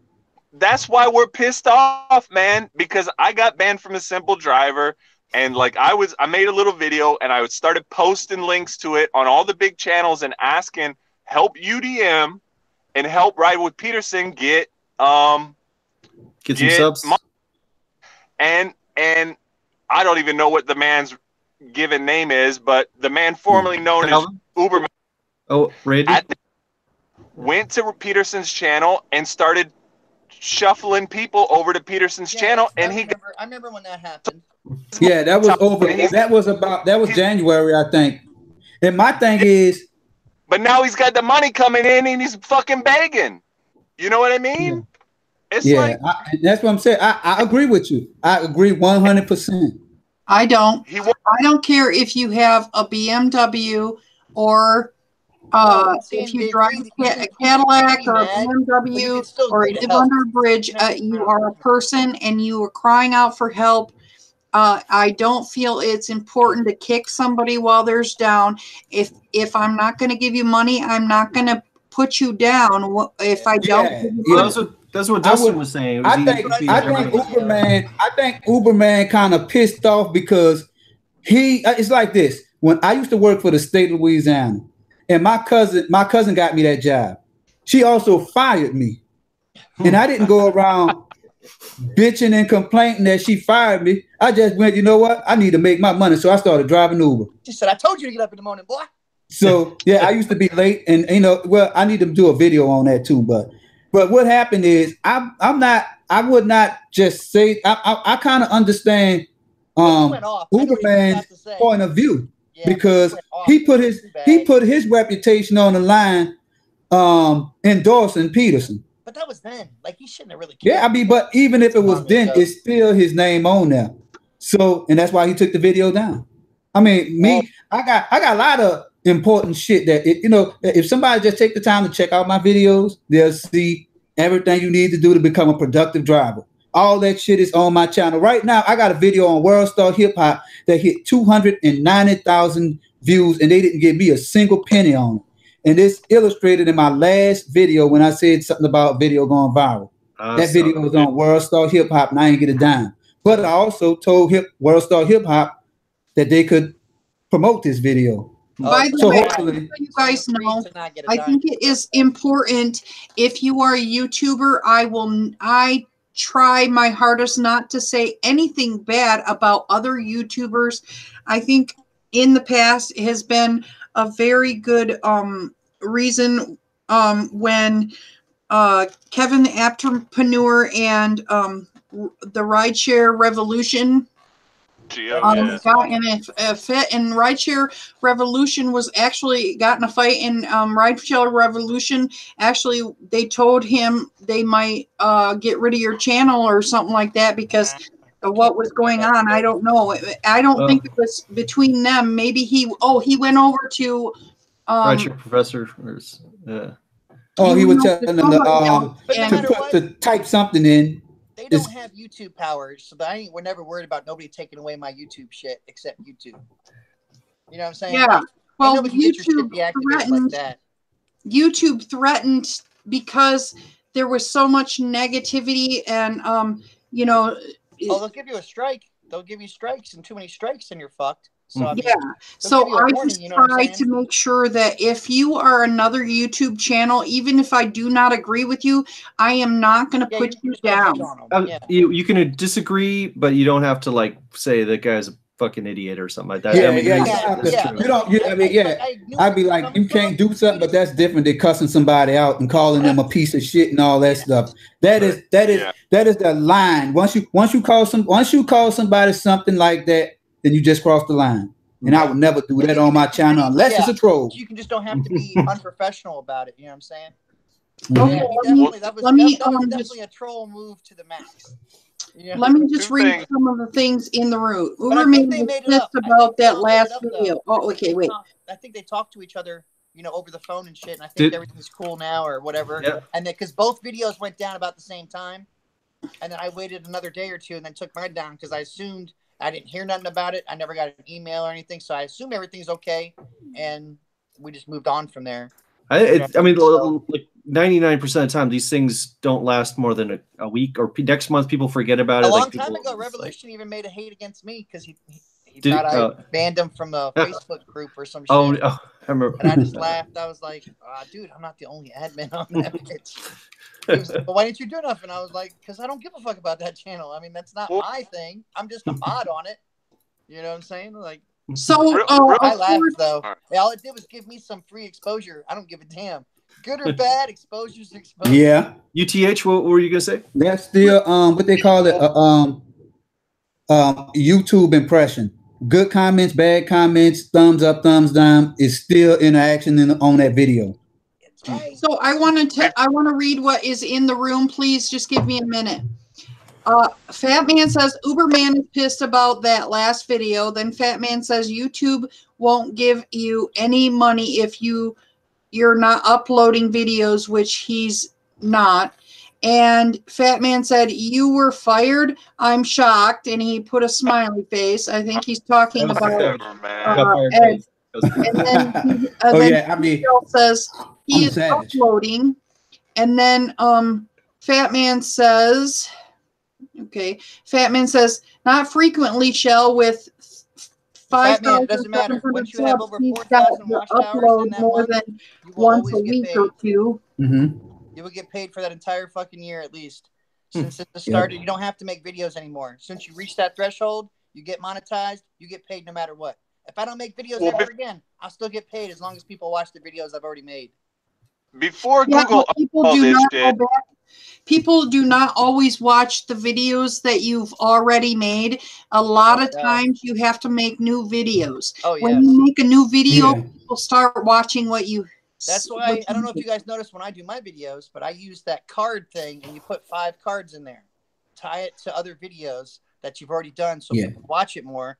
Don't forget to use the 3 hashtags in your description. Whatever the hell you're talking about in that video, you put the hashtags in that description. You put the hashtags in the description part. On the comment, okay, up here. Oh, so that way your actual thing, when you hit description of the video, it's in there, and that's how you get those 3 hashtags under each of your videos. And not in the channel, the video tag. I can show that to y'all right quick. There's 2 different parts, you know what I'm saying? In your description, the actual description, and then under that, before you actually upload it, it says tags. So you put it both in there, but you have to have at least 3 in the normal description, so that way it shows up on the actual description of the YouTube video that you're watching. It maxes out at 3. It doesn't let you put any more than 3 in the above your thing. So right here, put more than 3 on it. Yeah, I could share. I wish I had a way I could share a screen, but on this video right here, I don't know if y'all can see that. Hold on, scroll down, down. Should be to the right, shouldn't it? There you go. Left. Oh no, I'm sorry, left into the bottom. Go over some more. Go over to your left now, because that's the inside of the video. That I can see that. Oh, so yours is sideways, so it's different. The way it looks on my phone is it has it just like that. You have the pictures and everything, but then it'll say the description of your video. So I got it centered on my screen, so it might be off a little bit. But what I'm gonna do is I'm gonna just scroll down this video so y'all can see what I'm talking about. If you use TubeBuddy, that's this TB right here. It's gonna show you how your videos rank. Look, okay, see that right there? Right there, that little box where you actually have your description set. That's where you have the tags in that as well as underneath. And do you put and I put my hashtags at the end. At the end. Oh, at the end. That is what. Yep. Because if you don't, sometimes your hashtags will get they'll run into each other. Huh. See, this is where my hashtags at, and I also have more. It only pick up on the first 3. Yep, that's right. So I have Halloween 2018, World Star Hip Hop, World Star Hip Hop, W those 4 letters, and delete lift. And I'm ranking 1, 2, 3, 4, 5, 6, 7, 8, 9, 10, 11, 12, 13, 14 times. If you open this up in Morning Fame, this video is doing great among other videos. And but that's how these videos get seen more in search engines. I have 116 views on it. That is not your ranking. That is telling you how strong that tag is, buddy. Yeah, that's what I'm saying. This video ranked number 2 against all videos where somebody type in this exact phrase. Mm-hmm. Yeah. That's so if you so what happened if you type in Savage Lift Reaction, the first video is gonna be mine. If you type in exactly that phrase. That's TubeBuddy, right? That's that you're using. Yeah, that's in TubeBuddy. So I could actually search for it right quick and show you that my video is just like for each of these, they do a depth first search, and then it's gonna return how far your video, if your video appear, I guess within the top 50 searches. Well, top 25. So it'll actually run a search, top 25 World Star Hip Hop. This video do not appear. So I actually know the algorithm with this. So really, it's if your video is within the top 25, return your position on the rank 0, 2, 2, and you can test this out. You can do that by just searching on YouTube. But this does it for you though. On YouTube, and it'll tell you the top 10 videos or something like that. But you have you see all these tags. You'll have to go in there and do that manually, and that takes a long time. Oh yeah, under the videos they have this tool automatically does it, so I could just take this off and put another tool in, put another one in here that'll rank higher. And they actually call this ranking. Like you could search for how to rank videos on YouTube. I'm gonna start doing the hashtags though. I like that. This kind of like on Twitter. Yeah, you definitely want the hashtag though. Hashtags is where it's at. How to that, and it's just a lot of fucking luck. Yeah. Yes. That's because if YouTube makes your shit first thing, video, how to rank videos on YouTube. Yes. You know what I mean? Because since they changed everything ever since February, March, when all that crap went down, when you had that 2000. And it's called SEO, search engine optimization. And if you just look at here go one, like this video right here, he probably gonna talk about Morning Fame and stuff. If you ever go on Nick Lemon channel, he talk about this stuff in detail. I'm gonna just try and see if I could let's see. Well, this was all different before Google owned it, and this came after though. This is new stuff. I mean, I ain't gonna say new, but made new stuff. I got to look up on it more too. But when I started going into it, because a long time ago had a channel just really to be able to comment and interact, and there were a bunch of guys. They're huge channels now, man. Never Enough Ammo, the Yankee Marshall, all that stuff. They're huge channels now, but back then, they were all not necessarily that big, except for Hickok 45. Man, and people would start flame wars. Like this whole thing with Peterson and all that. People would make a video kind of like that, and then they would start a fight amongst themselves to get everybody excited. Feuds get views. That's big old one right here. Rank your videos. Like YouTube really anymore. You're playing a risk. You're taking a risk out there. Says with YouTube, you have to maintain the 4,000 watch hours per month to keep the money coming in. So I didn't know. I guess I always get that. So so that's so really that 4,000 hours come from a year. So if you do poor in 1 month, then this still shouldn't really hurt you. But if you do 5 or 6 months and your analytics go down, then you're gonna lose monetization. You're gonna lose it. I just make sure I make videos all the time. So fuck it. So this is it right here. So he doing it right here. Was that Social Blade? Oh, this is This is in your tags. And I'm not selling TubeBuddy or anything, but this shows you how your video ranks. I'm gonna have to remember that shit. TubeBuddy. It's fun. You could actually see other people's tags too. They could read what they put in there. Oh yeah. I could. Who want to see their video? Me. Ranked in TubeBuddy. Me. Let's see Dustin's. I gotta see. Yeah. All right. You know what? Is there a way I could share my screen? I know Dark Road Run should be able to do that. Yeah, I could do that. I got TubeBuddy on mine. Oh, all right. So since you have TubeBuddy, yeah. All right. Let's see. I'm going because I'm gonna go back into the chat now.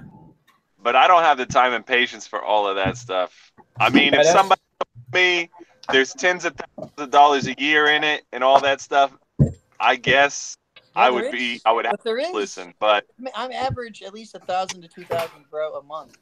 You want so once you get your search engine SEO together on your channel, work for it. You got to talk to people, answer questions. You got to work for it, but it's fun. The other thing is too, you could just say one thing and then they just take it all away from you. I don't want to get on here and bitch about something and have to be worried about every. Fuck up and then stop and then one more, then you're out. It's like baseball. Sounds like Uber. You know what I'm saying? So you can cuss a little bit and stuff. You know what I'm saying? You just can't go crazy like you were saying. You can't hate on people. And like, I'm about to do the Fat Man tornado video. I want to say this. I want to say this. That's the other thing I wanted to say. I was having a personal response to Uberman's video, but the content of what he said and the fact that he has so many people listening to him, no, I don't agree that it was fair. No, you know what I didn't agree to it is that he monetized that video as well. Did he? He was getting paid for that video. In the vein of the old school. And he the flame war shit. He deleted it, but he still got paid up to the point he deleted it. Yeah. And he had like at least 10,000 last time I saw it. So I didn't. It's kind of hard to juggle two keyboards. My video I made to help him and spell tornado because I'm terrible with spelling. So Uberman Tampa has a tornado video where he actually said like and subscribe in it, and it's 3,000 views on it. And I'm going to just take a look at the ranks on it, see what tags he's ranking for in here. Yeah, there's my one video up there. Show me what that one ranked up there. I got the introductory or the free version of TubeBuddy. So I think they might have taken away. I have the cheap version too. Oh, and yours says the I have the this is another one that I've let's see. Yeah, if you go on Nick Nemeth, he has a live stream. I think somebody always on. I think with the guy from California. What is his name? Oh, Rideshare Professor. Not Rideshare Professor, the other one. Your personal driver. Your personal Aaron, personal driver. Yeah. He was on Nick Nemeth's show one time. And at that time, we almost had the same amount of subscribers.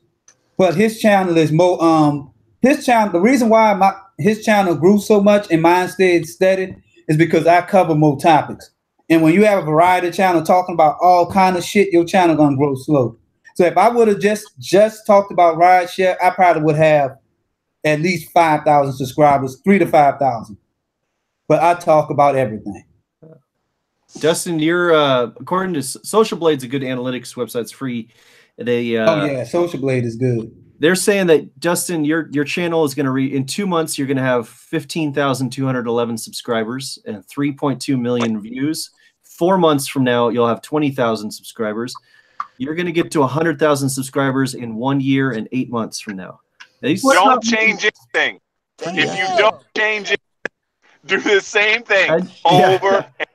You're doing pretty good. You got a B- on it. It says your estimated monthly earnings are anywhere between $74 and $1.2 thousand, so $1,200.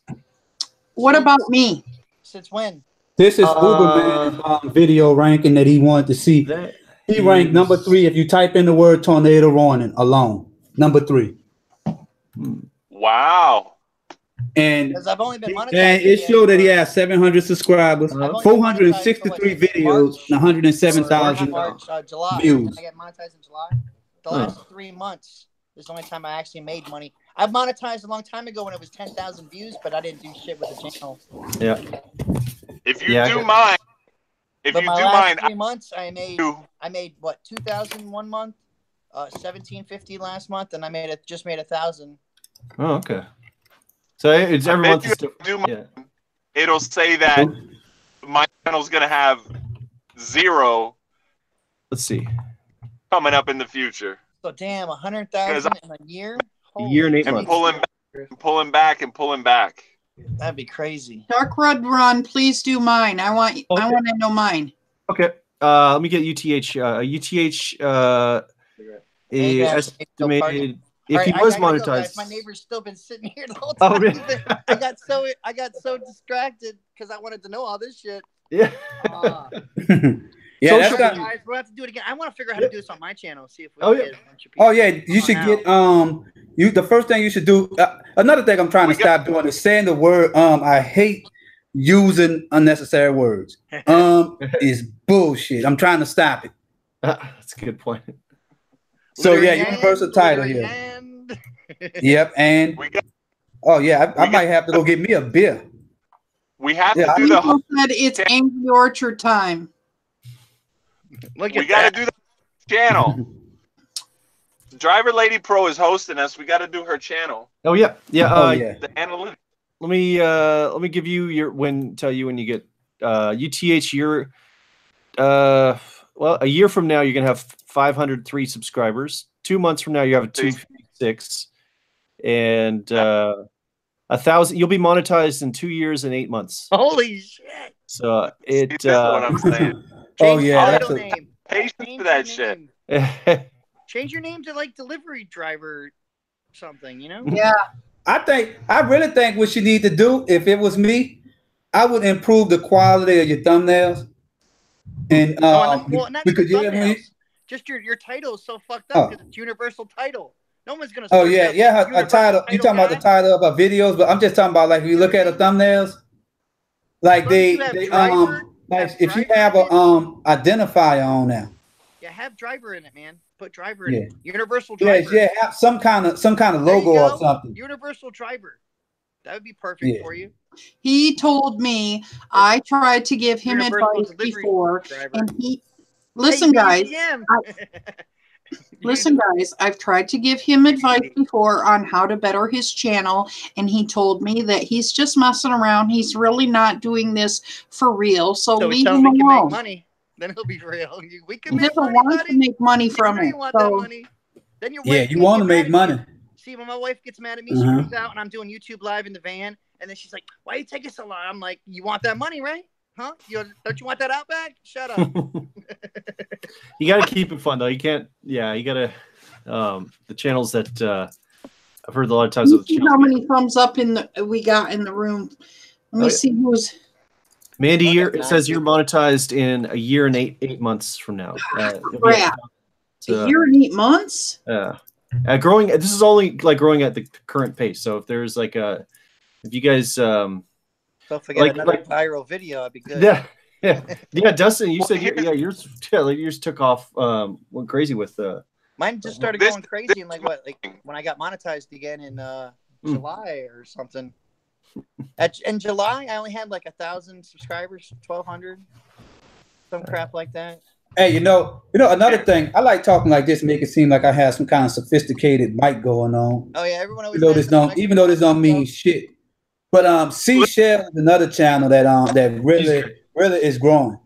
If you look at what she's doing, she just showed how many subscribers she having. Once she revealed her subscriber count, she instantly, I think, went up by about 200 or 300 subscribers just by showing how many subscribers she had.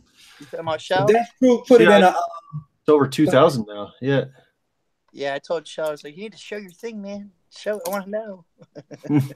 You want to know why I want to do any of this? Why? All right. I've had experience in the past with having a profession where you got to look over your shoulder. I don't want to ever do that shit again. Well, don't have that small profession. little inklings and shit like that with the trolls and stuff like that. If somebody, I don't want to be put in the position where somebody shows up to my house and I got to deal with that shit, or somebody starts blowing me up in my personal life. You know what I mean? I do have something for those trolls too. I know, I got right? that shit down there on the ground. I got something for I got something for them. I call it chucking. Yeah, I got chucking. I got chucking weight down there for them. There's gators everywhere. Accidents happen all the time, man. So you telling me that's what's gonna happen after you? All we have to do is show them the chancla. That you don't mess with Mexican moms. I got a Smackovich, man. Yep. The chancla. I say this. I play Doom on their ass. I love Doom. I just play Doom. When trolls reply on my channel, all I say to them is thanks for watching. You know what I mean? I just don't feed into them. I just piss them off. I'm like, thanks. Have a great day. I appreciate you getting me paid. Now tell them also subscribe too. Shell. Keep commenting. If they keep commenting, that's more comments. Oh, there it is. Shell, in a year from now, you're going to have 21,000 subscribers. According to Social Blade. That's exponential. Yeah. Yeah. And that's without a veteran. Well, it's not exponential. I think that is what would you call that? That is linear. That is high. When he told me 100,000, I'm like, damn, I wouldn't have to work at all. Yeah. Make mad money on YouTube with 100 grand subscribers. And this site is pretty accurate too. Social Blade. And I can't wait because I also was adding my real estate stuff too. So I'm gonna be showing houses. I'm gonna be getting people on their first sales. I'm gonna be videoing them if they let me, of course, which I'm sure they will. But so the Fat Man want to see his too. One way or another. And my friends got drones. I'm gonna use drones for like aerial views and shit. I want me a damn drone. But I'm not even in the camera. I want a drone. I always wanted one.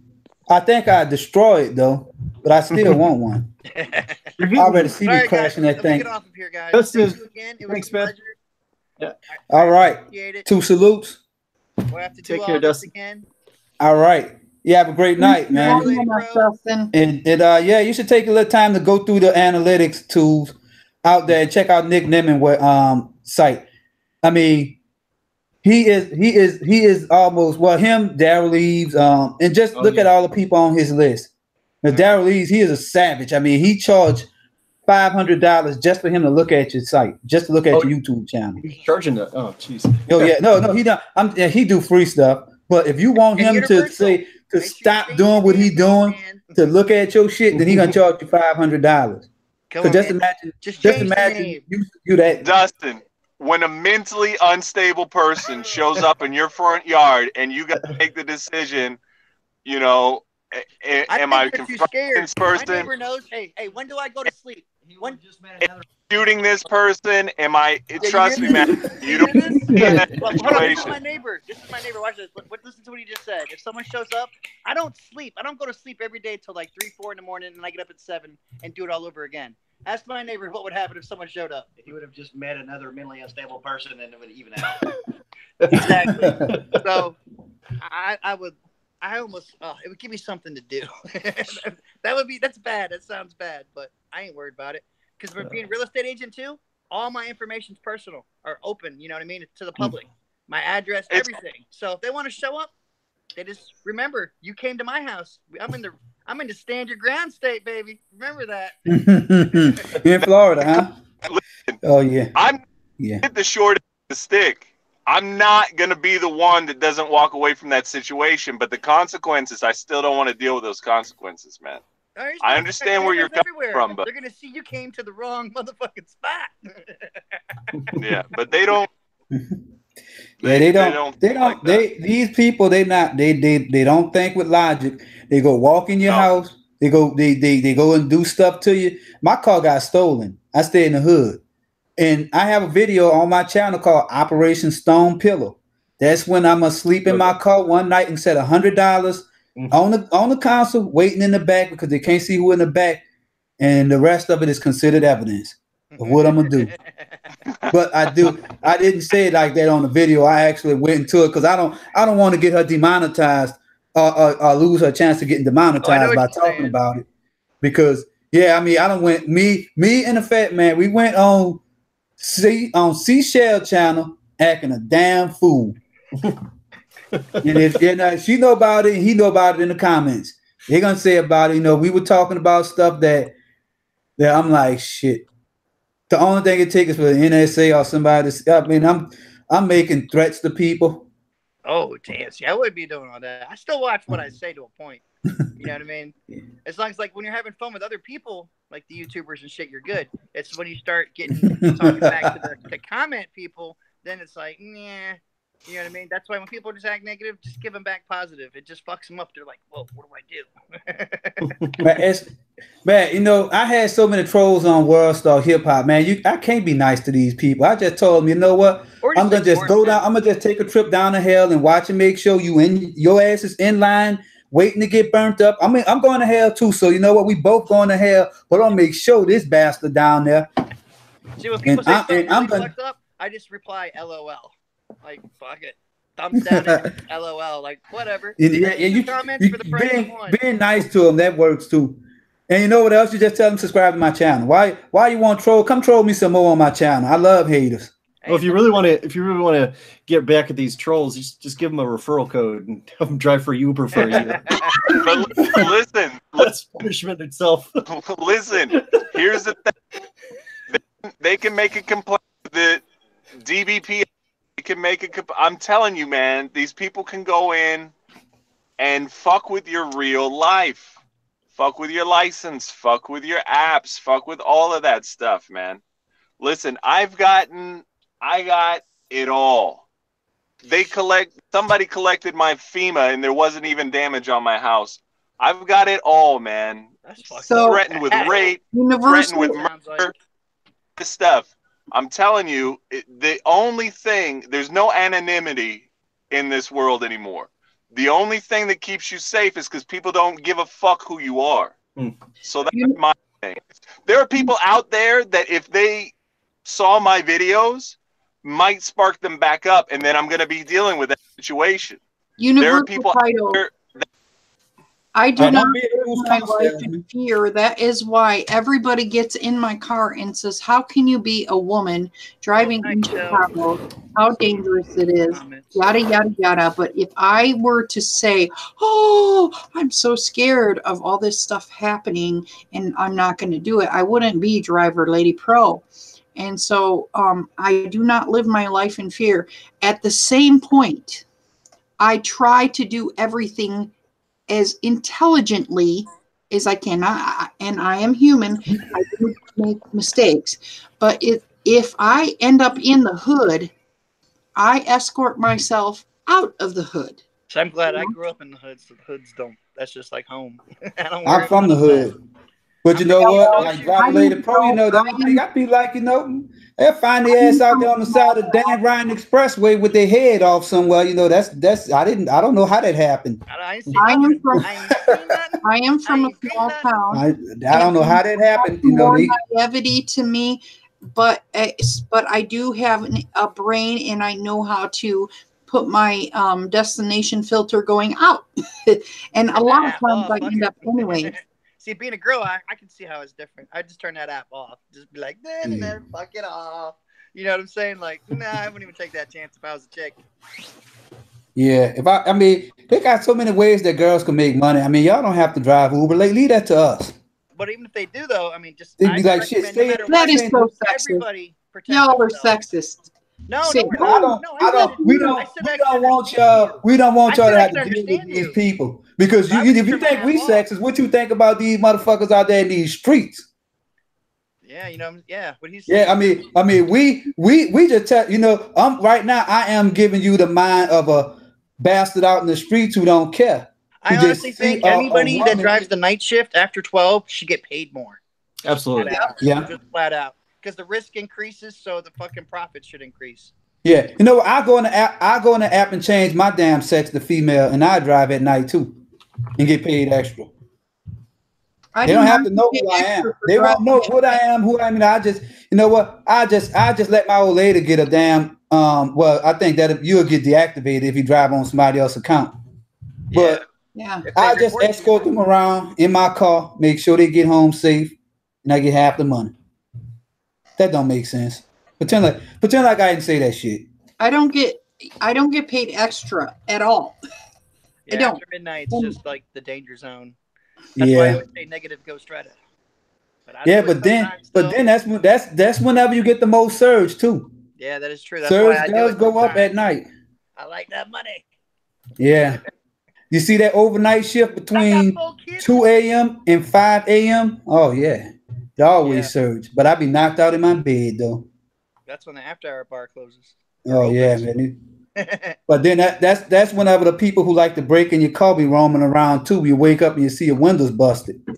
Yep, that's why I don't go to sleep till like 4. So when I go to sleep at 4, by the time someone's gonna rob your house or do anything crazy, it's between the hours of 1 and 3. Because other than that, they know people might be getting up in the morning to go to work at between 4 and 5. And you know, if you randomly drive the neighborhood, like if you take an Uber calls that, you know, the thing is you want to show them an erratic pattern that they might be looking at your house, and you know you leaving at 3 o'clock in the morning, be like, well, I ain't gonna mess with him. I don't know when he gonna come and go. So that's one good thing about driving those times of night, because you gonna be up all day. I mean, you up at that time, so you know you see somebody lurking around your house. Evidence. Oh yeah, we back in the. This is the way I need to greet all my neighbors got people. cameras. We got everything set up. All right. Okay. What his name on Star Wars? OB Ben OD1 BOB1. Yeah. Obi Kenobi 1. Obi-Wan Kenobi. There it is. Wrong with this one? Join Yoda. To the dark side. Get one of the masks. Dustin. I've said it like 4 times now. All right, guys. Y'all have a good night. Thanks again. Peace out, everybody. Be safe. Peace out. Second time. Cool. He really hung up this time. I thought he was bluffing. Yeah. I think he done took the force with him. But yeah, this was a great stream. We are at like 12 o'clock at night. Guys. Oh yeah, I forgot. It's almost 9 o'clock out here. You guys are. We should probably wrap it up pretty soon. Oh yeah. So we pretty much lost everything to talk about. I think we covered a lot of it though. You know, I think the most important thing was, you know what, we didn't talk about the new tiered again. The new tiered reward system that Uber is testing. Oh, yeah, Uber Pro. And I think that's gonna be good. So Driver-Lated Pro, with your name being Driver-Lated Pro, you got to be diamond. You got to be a diamond. I ain't talking about a diamondback snake. You got to be diamond. What's your take on this? I'm gold right now.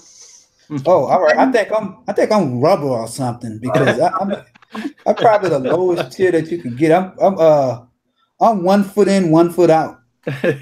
Next, I'm gonna be doing a video about Uber deactivation.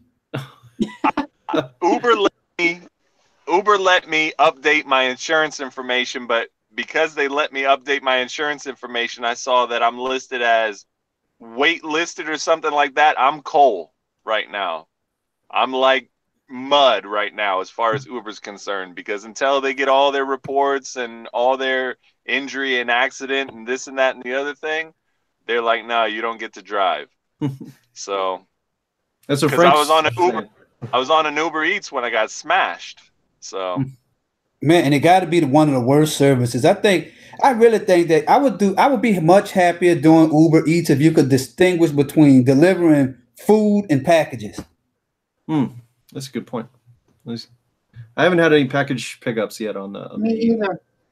Yeah, so that's one way. I mean, the thing is, if you're delivering packages, it's easier. You don't have to deal with no food, and then most likely, if it's a package, that means they're gonna pay for the priority to have that package shipped.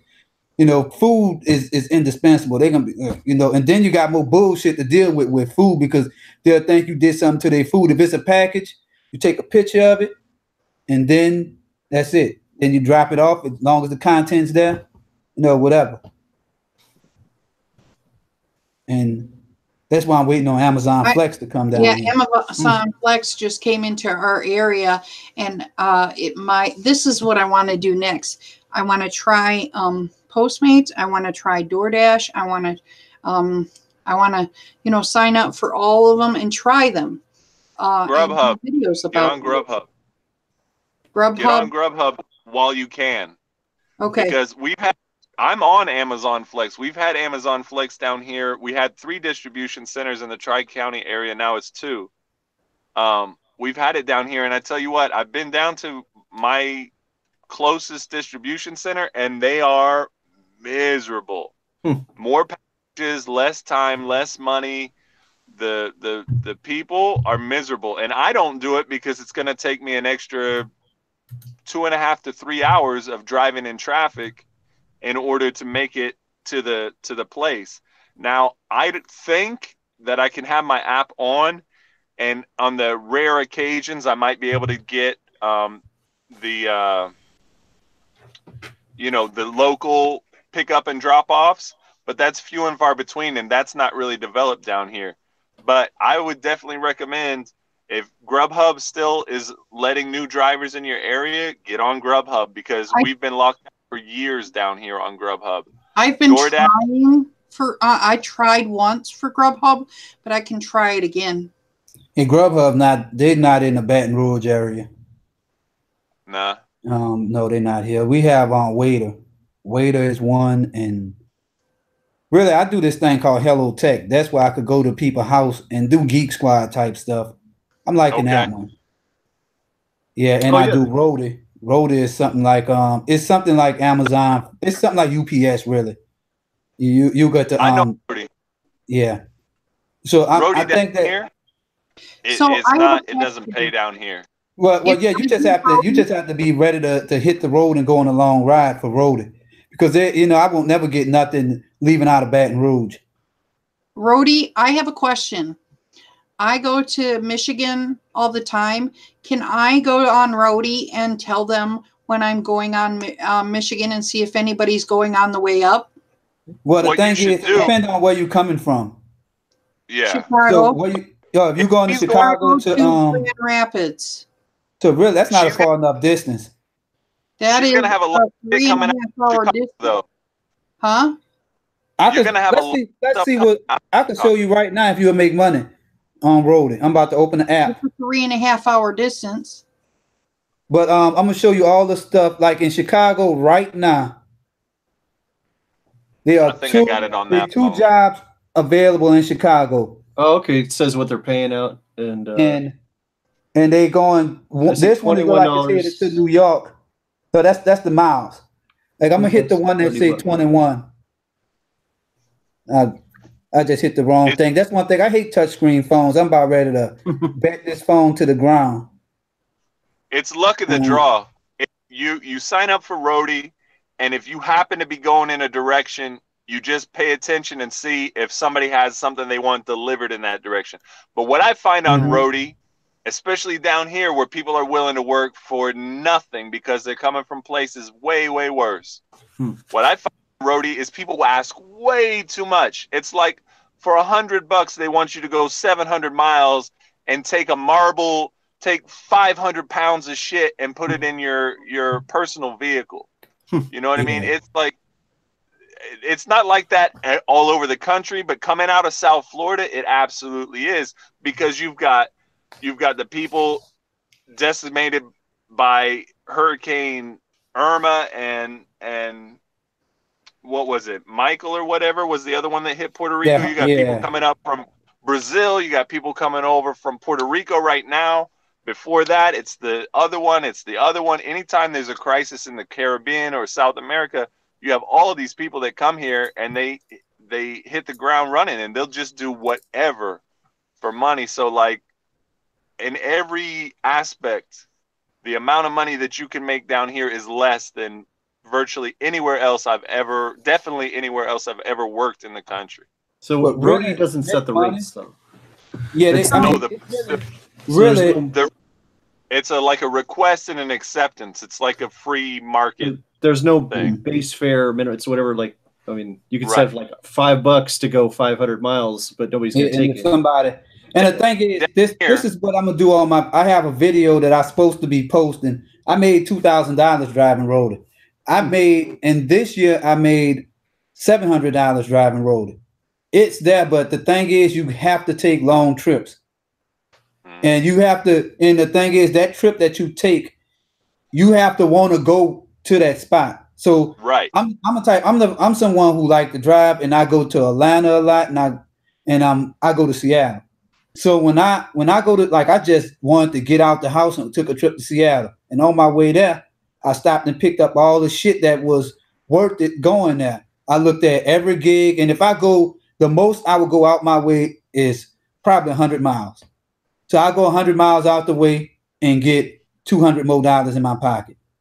So if you look at $100, I mean, if you look at 100 miles, $200, just imagine how much we get to go 100 miles on Uber, $70. Yeah. So I'm comparing it to how much I make on Uber. You know, that's why I say, I have all the information for the video right here, ready for the video, but I just never did the video. And this is it right here. Oh, okay. This information is going to be in that video. This has been on this board for a long time. I like that whiteboard back. Oh, thanks. That thing is awesome. Yeah.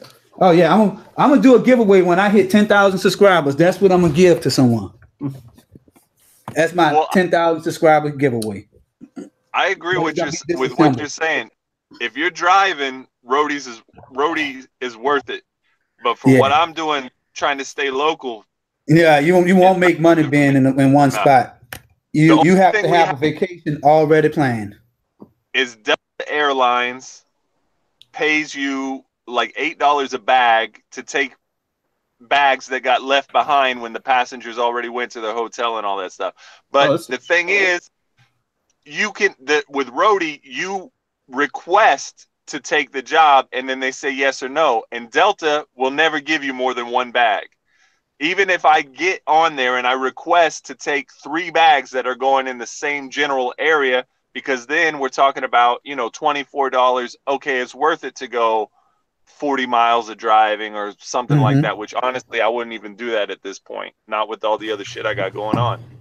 But Delta said, well, we want 1 driver per bag so they all get there faster. You know what I mean? So they accept 1 request and then deny the other 2.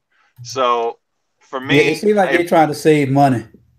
Yeah, if I was driving to Indiana, if I was driving to Atlanta, if I was driving something like that, you could pick up maybe somebody's antique table and get a couple $100. That's excellent. But and like you, Driver Lady Pro, if you're going from Chicago to another major city in Michigan, or if you're willing to swing by Milwaukee or something like that, you might be able to find deals where it's worth it. Yeah, and that's the thing. When you look at these roadie gigs, you might have to go all the way up to Green Bay and then swing back around and bring it to Detroit. When I went to Chicago to drop off something, I had to go through St. Louis. I went to a damn place I never even knew existed, a place called Hannibal, Missouri. I went up through there to somewhere out there right on the Iowa border to bring some shit to Chicago, and I got $200, but I was going to see a friend in Chicago, so that paid for that ride. And then when I was in Chicago, I dropped something off, headed to Memphis. So you have to be going long distances. If any of y'all end up in Chicago, we're going to do a live stream together. I hope I can meet up with all you guys. Yeah, me too. I'm moving to Seattle, so you're gonna see me. You're close. It's all that I can get there in 14 hours. I think to Seattle. To Seattle. Yeah. When's that? That's next year. Sometime next year. Yeah. Yes. And I actually drove all the way to California last year. Yeah, if I would have knew this, but I was in Chicago too. I tried to holler at Gio. I think I was already gone. You guys always have a place to stay out here at Dark Road Run headquarters. How you know I'm not really crazy? Here, so you can't I've seen your videos. You're good. It's like, we're both into wrestling. We're cool. All right. Yeah, I miss those. Yeah. So to respond to Shell, so when I hit 10,000, so Shell give me 10,000 subscribers, I would actually give it to her. I can tell you exactly when you 10,000 real subscribers, and you know I just sell the I give the other half to somebody else. Yeah, that's not really hard to make. You know, it's really, you know, that damn shit is worth $800. The light up dry erase board, and I had to go in and solder wires and all kind of stuff to do that. But yeah, that's my Batman says we can't stay with you, DRR. You'll be in Japan. That's true. That's true. I am moving over there hopefully in the next year. You're moving to Japan? Yep, taking the show on the road. What are you gonna do in Japan? I'm YouTube, mostly street magic. I used to do street magic shows, so You've been a street magic show. Significant amount of time in Japan in the past, right? Oh yeah. Now I love it over there. What part of Japan you going to? I'm gonna start in Osaka. It's cheap, and it's you only get 3 months in the country under a tourist visa. So I was thinking next year, 3 months in Japan, and then I don't know, like if I meet somebody over there, it's the rest of my life. But man, you just won't get out of it, man. Well, you know, I guess you look at Japan the same way I look at wanting to move to Seattle. I want to get out of Louisiana. Oh, that's a good point. That's a good point. If you guys need anything, any Japanese JDM products or anything, you guys have a connection. Don't you have to pay tariffs on that shit and send that back over here? You could get like a crate or something like that, and they don't really search all those things. But when you fly back, they custom. They give you a customs form that's like the value of all the things you bought, and that's where you have to list all the items. But if you put everything in there, it's priceless. Just be like, you know what, this keyboard is priceless because it was taught by the governor of the state of Swampland. So this is priceless, and you can't find one with this metal on the back that I done Velcro to the back of it. So you can't find that. It's custom. Yeah. So I guess also that if you find something out there that you really, I don't know, shit, it seems like you could really make a lot of money by selling shit in Japan because it's cheaper. I hope I can turn my channel into kind of a Jermaine Ellis, traveling the world on my YouTube channel. Oh, Jermaine Ellis, yeah, he been in New York, he been everywhere. He started traveling doing that about 35,000 subscribers. That was what but he knows all the budget stuff and all the tricks to do it. So it's, I think his channel's about 60,000 subscribers now. So he's probably pulling in with maybe $20,000 to $30,000 a year. And if you get the right deals, you could get airline tickets really cheap. You could find hostels and Airbnbs to stay at, and so you could probably live a pretty comfortable life. You can't have kids doing that kind of stuff either. No, that's true. Yeah. And but be old. I'm 40 years old, so I'm too old for that. I'm 37, so I'm catching up with you. Oh, man, you're 37, man. I thought you were 27. Did you see the hat? It's oh, yeah, that is. Well, let me see. That's 30. Yeah, that's original 30 control. Old. Yeah. The 8-bit Nintendo. That's what I used to call the 8-bit. Man, I'm telling you, we're gonna have to play some Contra. Absolutely. Two-man Contra. You guys, we start the game off with one life. I'm not a game player, but my favorite games to play are Doom and Fable. Fable was good. That was good. Oh, now Doom. Now I remember Doom. I heard of Fable. I don't remember Fable. Doom was the RPG. Doom was I had the shareware version, and I played the hell out of E1 M1. It was great. What's that? Oh, that's the gun that's better than a BFG. The first level, episode 1, mission 1, and then I love the shotgun. My favorite was. Oh yeah, that's right. EF1 is the name of the levels. Yeah, that's right. The IDDQ, IDKFA, all the cheat codes that you can put in, and like ID Spis Pop D lets you walk. So that's kind of like hacking the game. You get into that command prompt, and then actually interacting with Doom's engine. Didn't they modify that to make Quake? Yeah. The same John Carmack. I love Quake. But, Quake was great. Yeah. I'm testing Titanfall 3 right now for EA. Titanfall 3. I am one of those kind of people. I want to go there and take pictures of all these shit.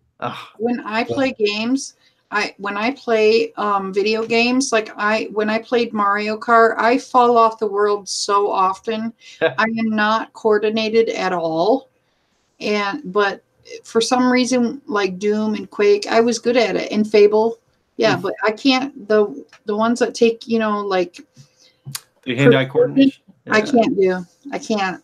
Fable was a great RPG. It's an RPG fantasy role-playing one. That was, I think, I want to say PlayStation. But for PC? Oh, for PlayStation. It was on PC. Well, that's why I never had a PlayStation. Oh, yeah.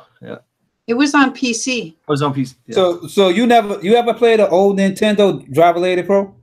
Were you around when it came out? Yeah, I'm 42. Oh, okay. So that means you. I played the old. I used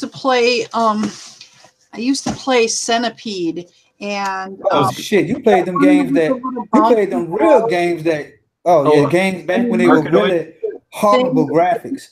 Arkanoid was the pinball, or the bouncing ball with the paddle thing on the bottom. Yeah, and then great. I also played. Shoot, I played one where you shoot. Space Invaders? That, yeah. Space Invaders, yeah. I played I played Centipede the most and ended up getting really high in that game. I used to play Donkey Kong and what was that? The Pac-Man and Miss Pac-Man. Yeah. Pac-Man, you got to do your hand like that, huh? You had a broken Atari? Yeah, I had a broken delivery Atari. Dudes. These delivery dudes. I found it on the side of the road. An Atari? Yeah. This was back when Nintendo came out. Somebody just had the Atari on the side of the road, and I think I tried to plug it up or something. So I just took it to the backyard and just smashed it up with a hammer. Yeah, I was destructive as a kid. I just like this tearing shit up. Oh, you're curious though. It's curious. Yeah, very curious. We had a delivery used to go and get frogs and stuff. They think Nintendo 64 is old. Oh yeah. I get these passengers like, oh yeah, PlayStation. My first system was a PS2. Oh man. Yeah. I feel like my parents now. Whenever they talk about music, they talk about stuff from the 70s. I used to listen to Grandmaster Flash. Artie Bell, the Drells. You remember talking about Beatles? You know that Archie Bell, the Drells. All right. Let me do throwback. Do you remember? I like money, lots and lots of money. I like the pie in the sky.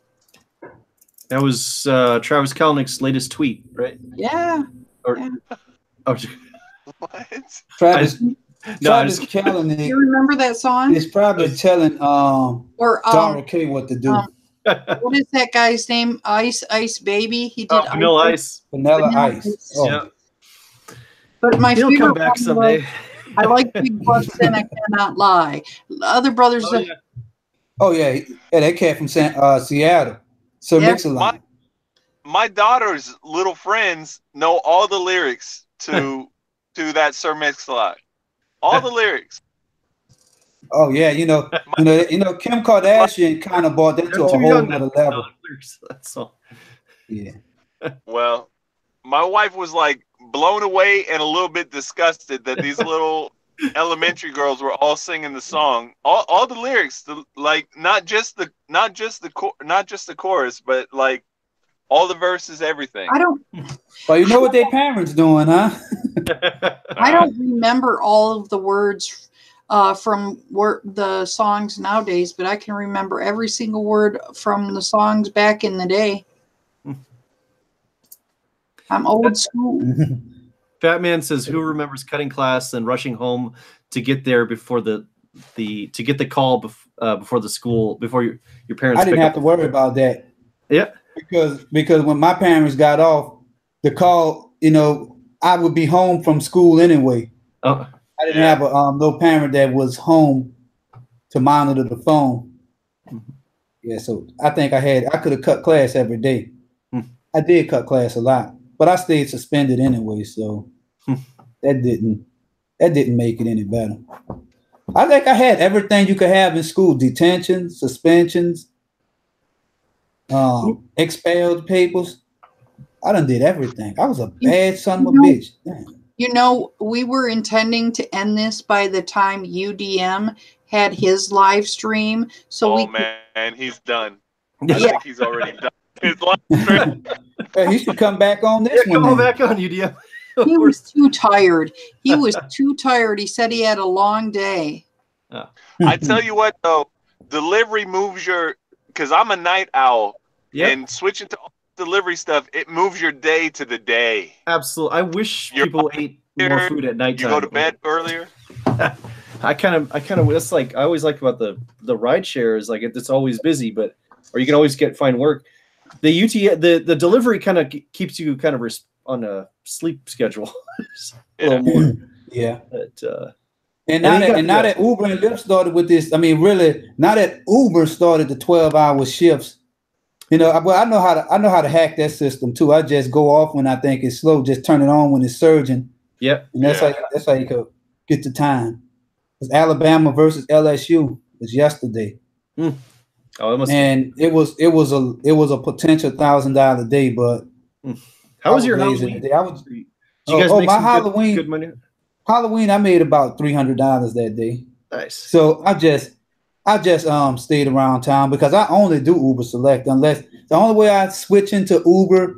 I mean, really, if the thing is, if it's 5 times on Uber X, then it's 5 times on Uber Select, and you're gonna get back-to-back Uber Select calls because everything is surging. So yeah, and so what your vehicle is a larger vehicle? How do you what is Uber Select anyway? Is it larger or nicer or what?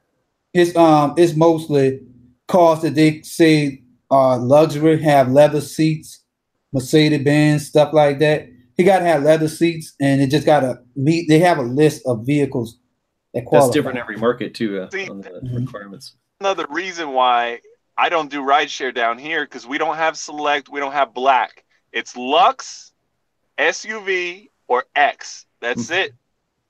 You know what I mean? I have a Tahoe. Get your police car. But I would have to do $60,000 brand new. I mean, I wouldn't buy it brand new, but you have to buy a car that's like evaluated like $60,000 brand new before you can go to the next level. I don't trust Uber that much. Get a Black. You know? Yeah, I got my car because I think it was cool. Do you guys realize, do you know why Uber is doing this new tier thing? Is part of the reason why they're doing this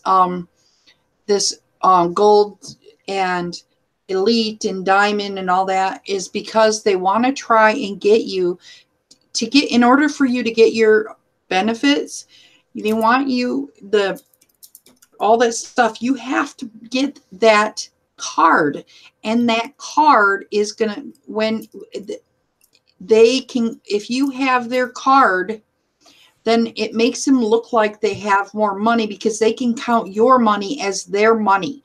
So in order to get the IPO, they need to get a lot of people to get that card. And that's why I'm like, no, I'm not getting that card because I am not supporting them becoming public. I'm not. Well, here's the thing. I got the Go Bank black card.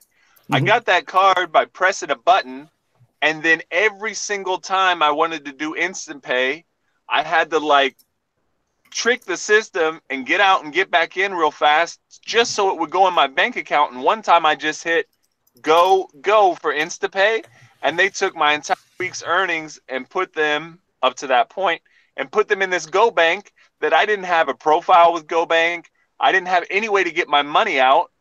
So that InstaPay turned into like a 5-day long process just to get that money put in my bank account. I hate Uber, man. I don't care for Uber, like their business practices. I just use my regular bank account. I put my routing number in there. Oh, you have the card. If you have active card, it defaults to going into that black card. It doesn't matter if I selected bank account. When I would select bank account, and when I went to verify, it would change the information back to the fucking Go card.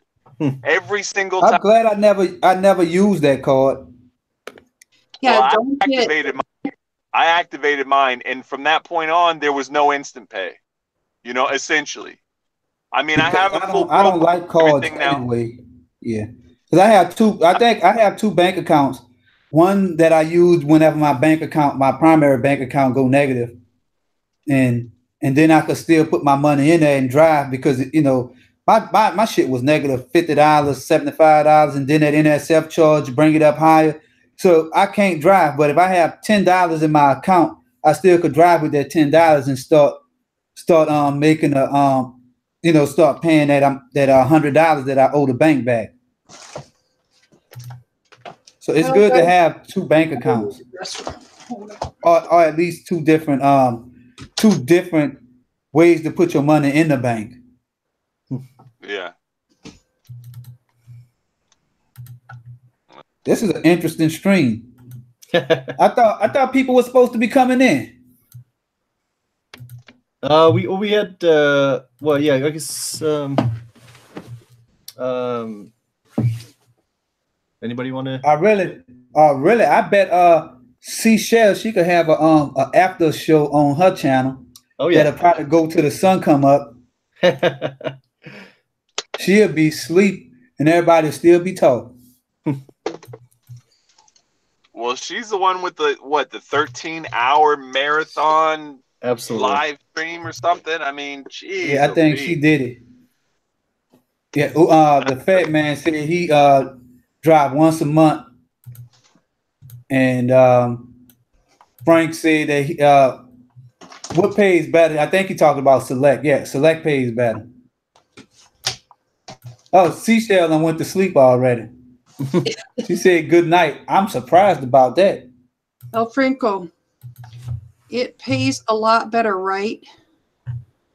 She got work in the morning. She's in bed, says Fat Man. I was going to get a several years old Infiniti QX60 because it qualified for Lux and SUV. It was big enough that it qualified for Lux and SUV, and that was going to be like maybe a $600 a month payment. But I mean, the rates down here just fell off a cliff. There's no incentives or anything like that. So I tried out delivery, and I tell you what, man, I'm happy. I haven't looked back. Mm-hmm. The only thing that I'll say for Uber is Uber's the only delivery platform that actually has insurance, because you're both the rideshare and the delivery.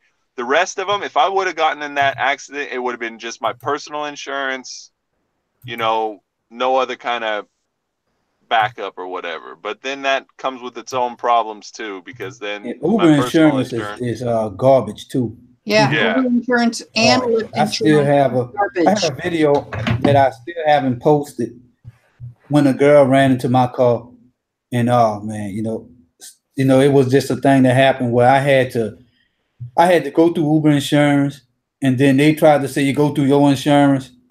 Yeah. It was just back and forward, and I just said fuck it.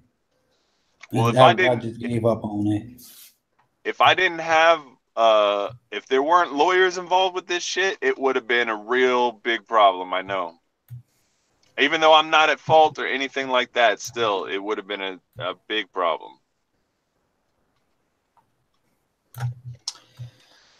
Okay, guys. All right.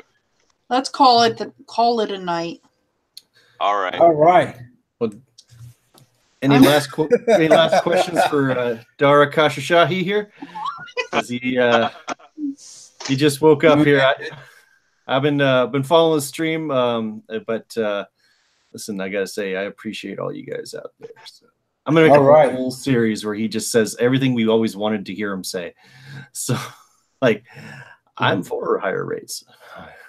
But, man, you gotta get a creepy voice and say that in. You know, yeah. Put the lotion in the basket. No. Yeah, something like that. That's yeah, man. He puts you got to put hell in the background. Put some fire back there too. I'm working on a video where Dara is telling John Zimmer from Lyft to put the lotion on his skin, and like he's looking down and he's like at the bottom of a well. I want to see that. Man, I don't even know. Where did you find that picture? I just googled his like. And you cut out. So you must have cut out GIF. Must have been a GIF file and cut out holes. Like yeah, I could see right through his mouth. Oh Lord, man. Yeah, so it's creepy how much power I mean, like after 15 minutes of this, you really should feel like I could feel his nose. It's weird. His cheeks his mouth looks about 30 years younger than his cheeks. Oh, wait a minute, that's me. He's got some nice teeth though. Look at that. Man, I wish you could put. Just that. You could just take Kalanick and take a Kalanick one half and Dara the other half. Yeah, like, you put a lift hat on it. Yeah, you got the lift hat already. Here's this crazy idea I came up with yesterday. I'm going to start making personalized video responses to anyone who leaves a tweet to Uber support as Dara. And then I'm going to tweet back to him like, "Oh, hey, at Mooncat67, I just read your tweet and drive for Lyft." Or I'll give like personal. I'll be that kind of stuff could actually go viral if you keep it up. I mean, or I'll get banned. I mean, one or the other. Either way, I'm set for life. Twitter. You get Twitter. Posted on World Star Twitter. So I'm not gonna say anything negative, but I'm gonna start doing like personalized responses to their customer service. Yeah, because I think yeah, that is copyrighted. But man, it is funny though. I don't know if Twitter has the same kind of, because people still like they tweet out like customer service questions and like at Uber, and then Uber's like automated responses like please DM or PM or email us or through the app or direct message to the app. But like, Clayton, you were saying like Uber's customer support sucks. It's those automated canned responses. So I figure like, hey, why not I'll make a custom. What would it be like if Dara answered everyone's customer support question? So I'm going to go through. I'm going to live stream it, of course. I think if you black out the eyes, you might could get away with it. Yeah, it's well, like the way the Japanese do it, they just kind of put like a black bar over the eyes. Yeah, put a black bar over the eyes. I think you might get it because it's not really dark. Yeah, I'm not using like their length. It's not like I'm using their logo or anything. It's just if they really want to push it, it's parody, and it's protected under free speech. It's not licensed, so you can do it. It's not licensed. I wish like I was watching True Blood the other day, and they had Here we go. He's been what it looks like when he's help. I've been kidnapped. Oh shit! It's more of like he has like an Uber eye. Like his teeth just fell out the word Uber. It looks like a pirate. It's like, oh wait, no, there it is. Arr! The rates are going down, matey. Hey, you can't do the Uber I because that is licensed content. Put the U up there. Just the U. Oh yeah. Let's see here. Really take a picture. Yeah. Take the U and put there. Yeah. Oh, put the U sideways. You know how you got that sideways? Oh U yeah. that you had? Put that there. Let's see. Okay. Oh shit. Oh wait. I'll take out studio mode. There we go. Now it's in. Okay, so there's my Uber eye. I look like the world's worst Marvel villain or super. I like a DC comic. Like this is Dara, man. Dara the Destroyer. And then it's like a video game. You fight Dara at the end of the game. A very, very hard, complicated Konami game. Shell's not sleeping yet. She says, "Uber teeth." Uber. Yeah. She said, 1, 2. That's a goal. You just gotta Uber you as a goal. You need to add a mohawk too, like a colorful mohawk. My Uber grill right there. That's there you go.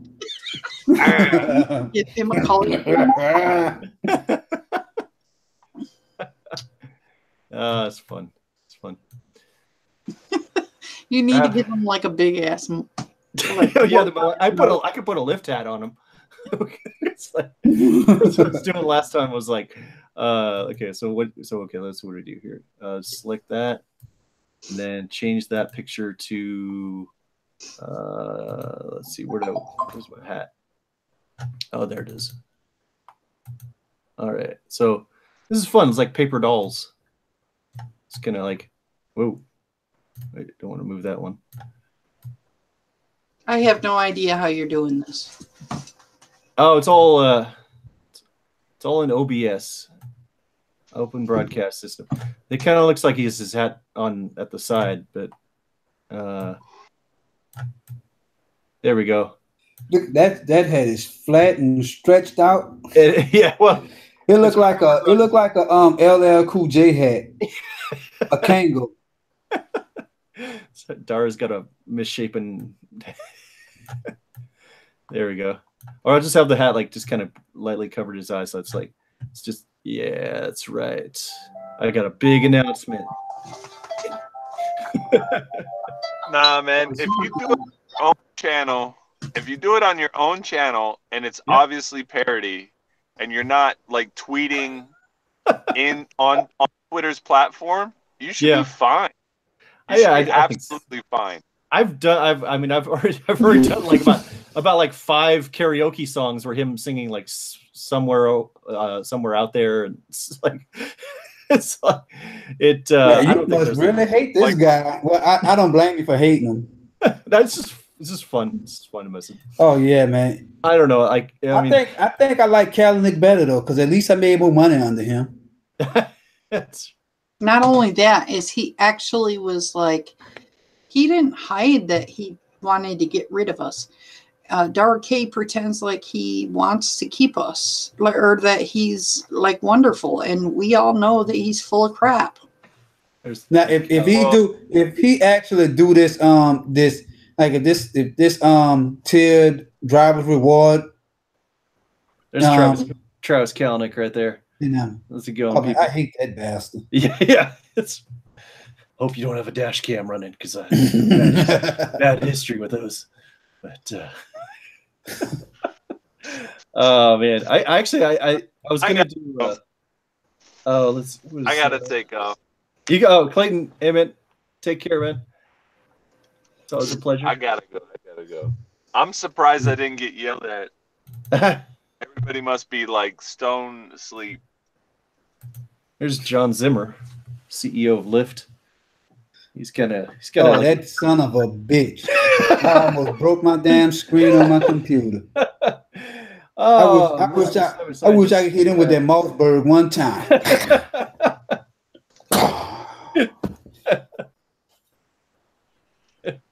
I mean, just showing that son of a bitch. I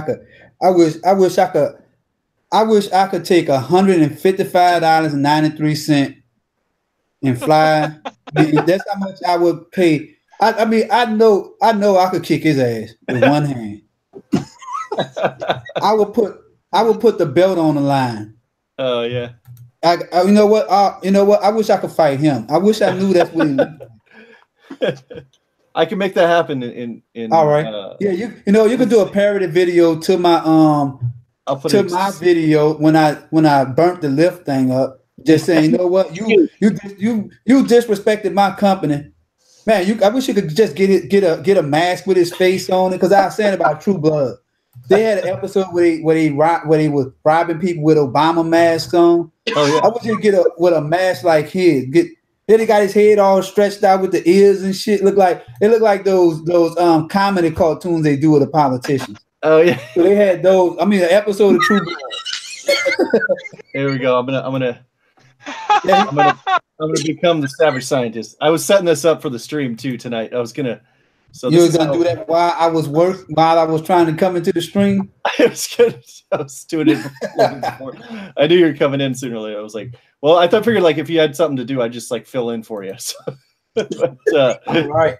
Okay, so here's what you do: you cut out the eyes and mouth on Microsoft Paint or whatever paint program. You go in the filter on your video.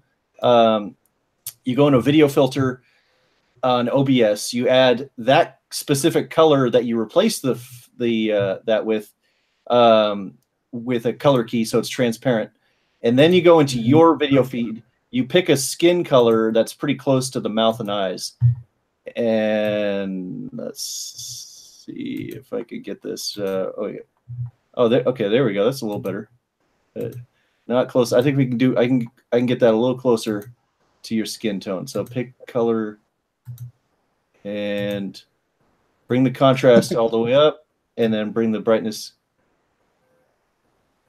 Let's see. Man. There we go. That's better. Yeah. Governor Swampland. Governor man. Saying like, comment, subscribe. I do Uber in a police car. That's right, motherfucker. You're gonna see. I know, I love it. It's I'm gonna make a whole series of tribute videos to all the YouTubers out there. So, anyone wants a special birthday greeting or anniversary shout out? My anniversary is November 6th. All right, this is a special. Make sure you get the referral dude, because I was gonna do one on him. I was gonna sit sideways, like how he be sitting like this. He sit something like this in front of a TV. I was gonna make fun of him, and just you know what? Uber just started in Primeburg Swampland. Sign up. And are you ready to drive? you ready to drive in Primeburg Swampland? I know the governor personally, and he said, "Come down here and drive. Use my referral code." Ed, does it feel like you're looking in a mirror? Yeah, it's like it do remind me of a mirror. I just got to get the lighting right, and it does look. I mean, I am starting to feel like I hate Lyft. I'm starting to. I hate Lyft so much till if it was up to me, I wish I could just take the CEO of Lyft and just get him in the ring. Put him as a character on Doom. You know, I would probably. I mean, I would pay just have a special version of Doom. I mean, just make a nice. I have an idea. I have an idea. We need like a wrestling match for both Dark A and John Zimmer. I'm gonna put them. They're gonna be reenacting movies on the next couple of days. I'm putting them in that scene with Silence of the Lambs, and I'm be like, no, they're gonna be. There's some apologizing that's gonna happen there to the drivers, and if they don't want to do it in person, I can make that happen with technology. It's time. They It's like if I could become the governor of Swampland, I could become Dark K and pretty much any. So, yeah, you have my vote. You're the lieutenant governor, so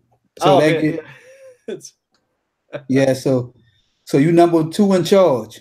Probably it's hard to hold my head straight on this. Like, I need one of those like massage table pillow mask things. Yeah. Kind of.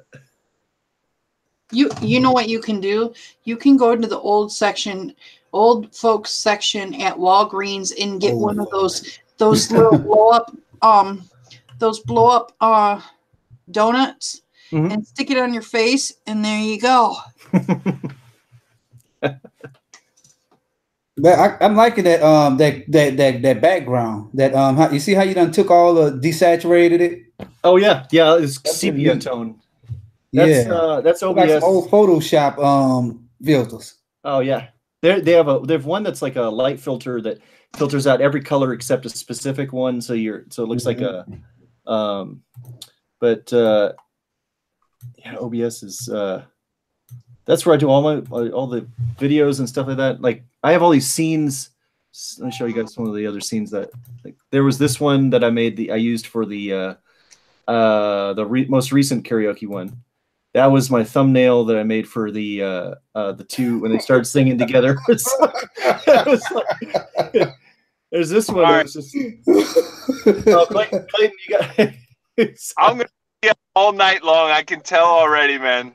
I can tell already. So I gotta cut it. All right, man. All right, Clayton. All right. I'll see you guys later. Yep. Oh yeah, man. This is interesting. It's great. There was another one that I was gonna put myself. That one was funny. That one with because I'm looking at it, it's delayed on my screen, so I'm watching it as the people in the chat watch it. There's another. Let's see. I can take this color, this game gear, and then use a color key, and then pick color. The screen there. Then I go with the video thing, and then resize that, bring that in, and yeah, now I'm a Sega Game Gear video game. So you used to have that old ass TV at one time. Yeah, that was still got that. You used to, look at that old Zenith TV. Yeah. I never saw a whole TV. That's Richard. This was a Richard Stallman tribute video I made a long time ago. This guy pioneered, the guy on the screen there. He pioneered GNU. Like he was really big on open source programming software. Even you're talking before, about GNU. Yeah. That's what did that stand for? General GNU. Wasn't that? It was something about Linux. He used to joke around GNU. GNU stood for GNU's not Unix, and it was like, but it's like it had its own name. Yeah, I think I heard of something like that. So it's like the man. He I knew this guy when I was a kid. My mom used to do house parties in the Bay Area for these Mensa people, and then he used to show up and hang out on that. But all the software today wouldn't be. We wouldn't have like Android out there and all the platforms without the pioneers of it. And the pioneers of this technology is like they're still alive out there. They're still. This isn't stuff that was like, oh, it was invented in the 1920s or something. This is like no 1980s. Our generation is like when all this amazing technology today that we have today is kind of, you could see the. I'd love to do like maybe documentaries on like traces that. Yeah, you should do it. Yeah, I think if you start getting into more tech. Yep. Yeah, start doing more tech shit. You have a lot of knowledge on this stuff. Oh, I love it. GNU and all that. Did you ever do anything with like I know you, so you know Linux. You should do some tutorials on it? Yep. My brother's the real driving force. He's going to be a big part of my channel coming up because I'm going to do a life transformation series of change. I'm trying to learn software development. I'm getting in there from the ground floor. I want to get into that world because from what I've seen, you know, I mean, the potential on this stuff is like you create an app and millions of people can experience what you create on that. And then it's like, I mean, you get financial rewards too. I mean, on that, it's like you sell, if you create a mobile game or look at Flappy Bird and Angry Birds. It takes a lot of effort to write software. I write software. Oh yeah. And I wrote well, I'm in a class that we gonna create a system, a database system actually.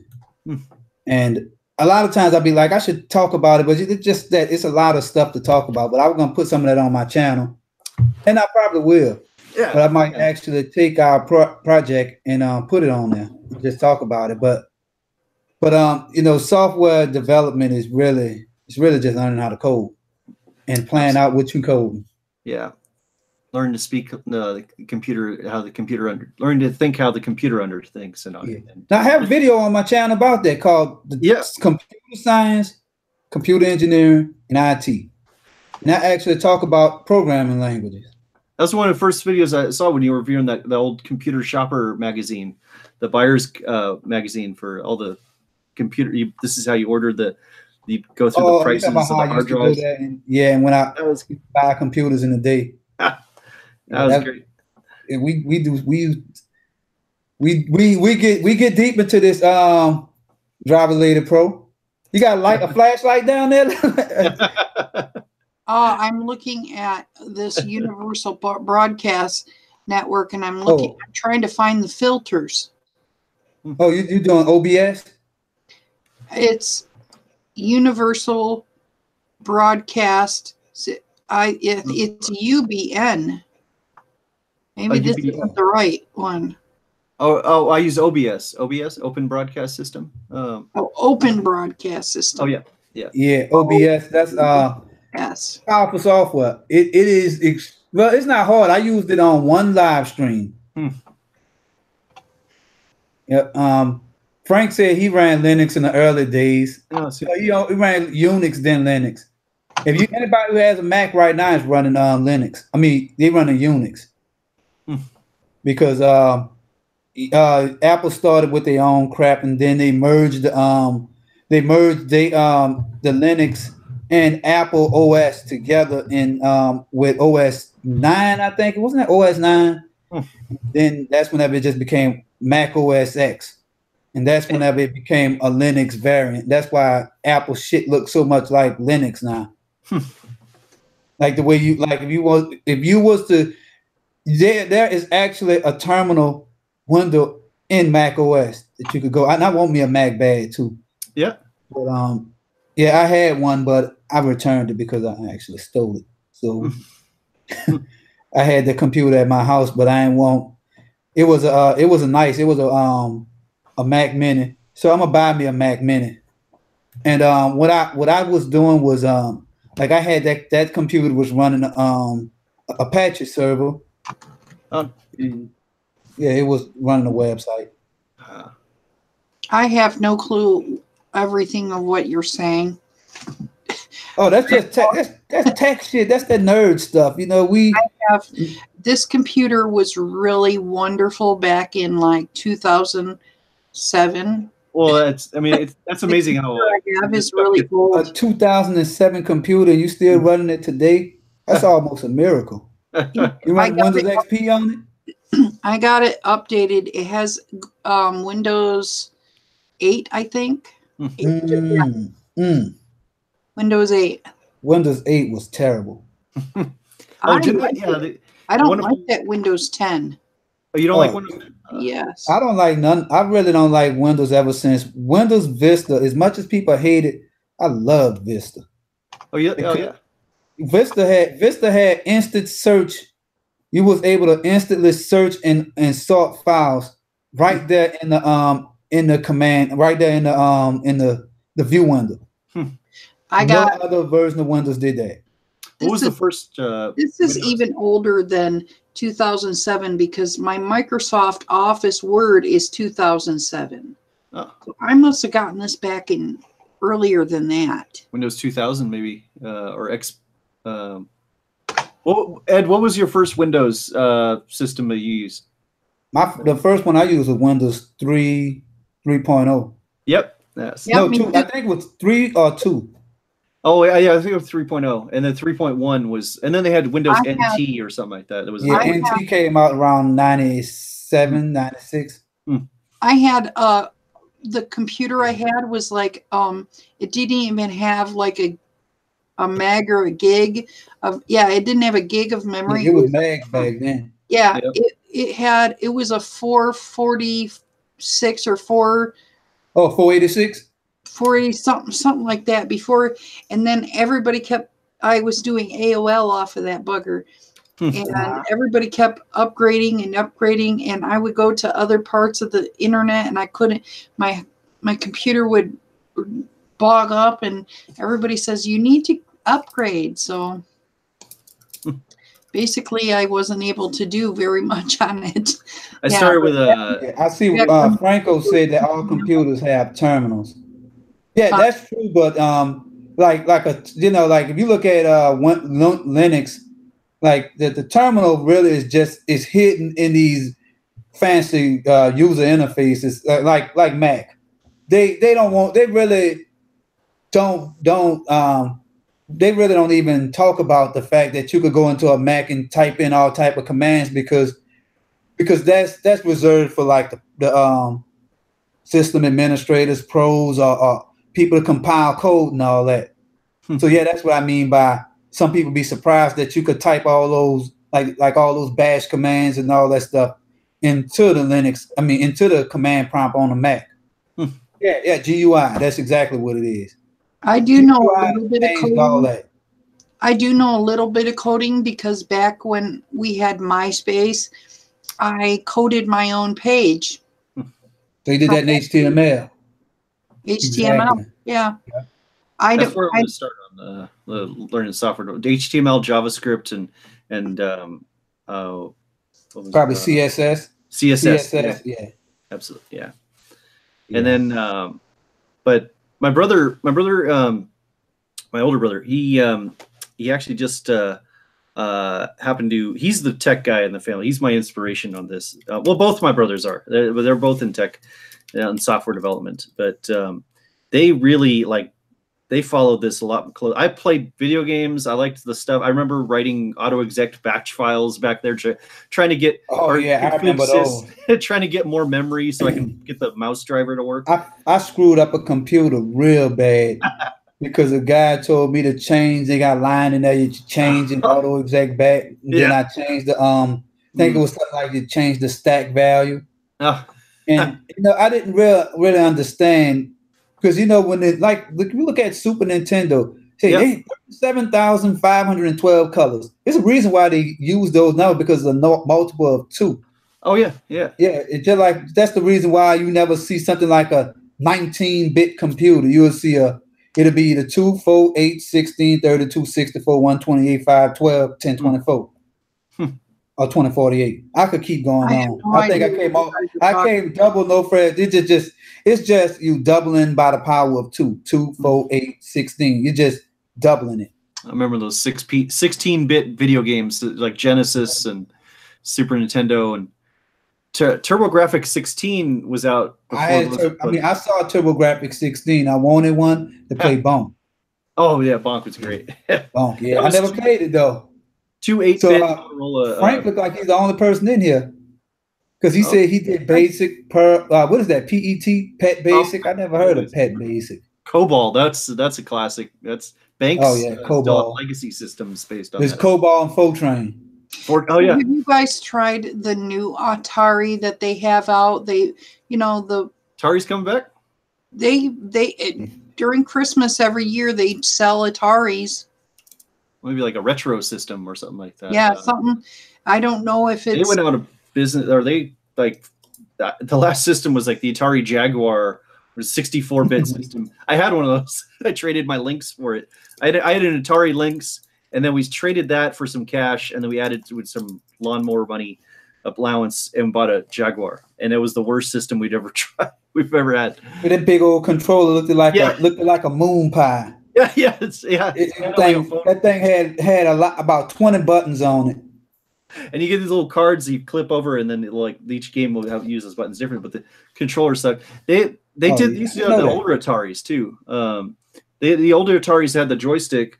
They had buttons like a keypad on it, and then you put the little. We started with a Atari 5200. But that was kind of. I bet you're still hitting buttons though. If you put a little piece of paper over the thing, and unless that thing was flattened out, so you can't use those. But I'm not gonna lie, that was almost like a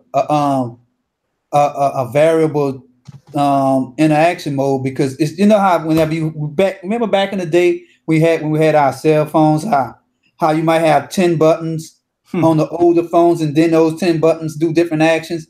That's the same concept with the Atari. It was Nintendo blew it out of the water, where they simplified it with just the 2 buttons, A and B, start and select, directional D-pad. I think they even I heard that they even invented the D-pad. Nintendo, they didn't have the directional pad before that. It was joysticks on it. Yeah, I remember. Oh man, I remember playing an Atari, and I mean, Rick Ross said that he said something about a car, and he said 1 button like an Atari. And I'm like, you know what? That makes sense, because you had red this button on sticking up. Yeah, I mean, become the guy joke after that, but 1 button sticking up, and then you doing shit like that to it, So yeah, 1 button. Atari also had some of the worst games. I mean, I heard that I want to play that ET game so I could do a review. That's what I'm waiting on, doing, that ET game. I can't wait to play it. Oh man, I remember back in 1987, I had a friend lived down the street, and he said, "Come on over, I just got ET," and Nintendo had been out for a while, and so I go all the way to his house, and this is the most depressing game. I was 6 years old. It's and I could tell it was there was not a. But yeah, all you could do is just move the character's head up and down on this, and it's But later on, I've seen that was stupid. Oh man, I can't wait to check that out. I mean, I don't know if you watch Angry Video Game Nerd. Oh, that guy's great. Yeah, and that dude there is a beast, man. He just talk bad about the games. Yep. But the thing is, kind of a genius. I used to. I mean, you could do that. I would have started a YouTube channel back then. It wouldn't be him, because I used all the shit that he doing. Yeah. I was doing that way. I done smashed up some TVs and stuff. But I could just incorporate. Say I'm mad at Nintendo. Someone smashed my TV up. I got a TV that I smashed up one time. I was mad with my old lady, and I just made it seem like she pissed me off to smash it. I mean, you went to see the TV that you smashed up in your police Uber. Oh yeah, that was great. I came back here to check out that TV I fucked up the other day, and it's still. Yeah, man, that is true. Gosh, I wonder if that TV still there. Yeah, it's probably rusted out now. That's cool. You got your son doing some videos with you though. Yeah, he don't. I mean, he just bullshitting though. I want him to play games, but I think that he want to do something else with some kind of. He more into designing characters. Oh, that's cool. Because I always tell him, man, you can be a scientist like me.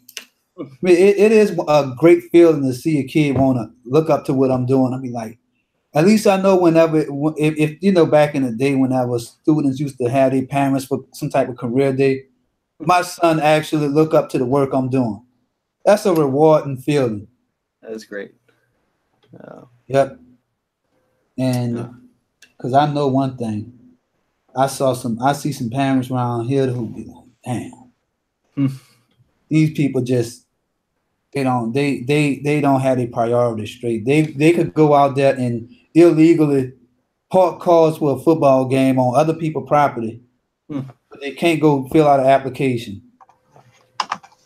Yeah, I guess. I mean, I think everybody. I mean, we're gonna technology. It's getting harder to avoid learning how this stuff works. So you might as well kind of dive in there and figure it out on this. But it's very challenging on a lot of people though. If you don't know how this works, you're kind of like this like you're a subject of these larger companies that will take advantage of you, like Uber, and Uber, they thrive on the fact that that a lot of their drivers don't have any other option on this. And it's like they're trapped in this kind of man, yeah. Now science, I used to watch Mr. Wizard when I was a kid, and he was great. Yeah, TV show. Nickelodeon. He was on Nickelodeon, and he just did science I didn't have cable. That's why. The only thing I used to watch, I remember watching Nickelodeon. I used to watch this show called Pinwheel. Oh, Pinwheel! I remember that. Pinwheel and Double Dare, the original Double Dare. Double Dare. Wanted some green slime and stuff. Yeah. And they had that game with Johnny Arcade, Nintendo Power. I'm telling you, if I would have went on that fucking show, I know I would have won all them damn games. I mean, he had to play the music. You're like, oh, that's Ninja Gaiden. 1942. Like, yeah. I mean, well, I see people like the angry video game nerd. He can't fuck with me. He can't fuck with me in general video game knowledge when it comes to old classic games. And I bet y'all stomp him in some of those games he played. Because he garbage. Because he died. I mean, I ain't gonna lie. Teenage Mutant Ninja Turtle is a difficult game, and I never beat it. Oh, that is, yeah. That game. I can't get past the I got past the swimming board, but after that, I'd be like, they had this impossible jump, and I just give up. But then you just realize you just walk across it to get a damn piece of. Yeah, if you watch Angry Video Game Guy, AVGN, yep, he did that, and you should have saw his face. I mean, he has made such a amazing about just him getting pissed off, and like that in his reactions on that. And shit, he just said shit, and then somehow he gets some brown stuff and make shit out of it, and then he mirrored. I mean, he act out a lot of his stuff, and I think that'll be the next level of YouTube for me. It'll take a lot to do all that stuff because you gotta have people. So you mentioned Contra here. That's my game now. Contra is great. That's Dara K, and Dara K is one of those, and who the other one is? Kalanick. Yeah, the two. I got a question to ask you. Okay, I'm trying to save these emails in a notepad on my desktop.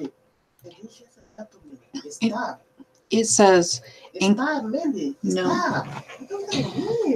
it says encoding on the thing, and it says in the thing that says save as.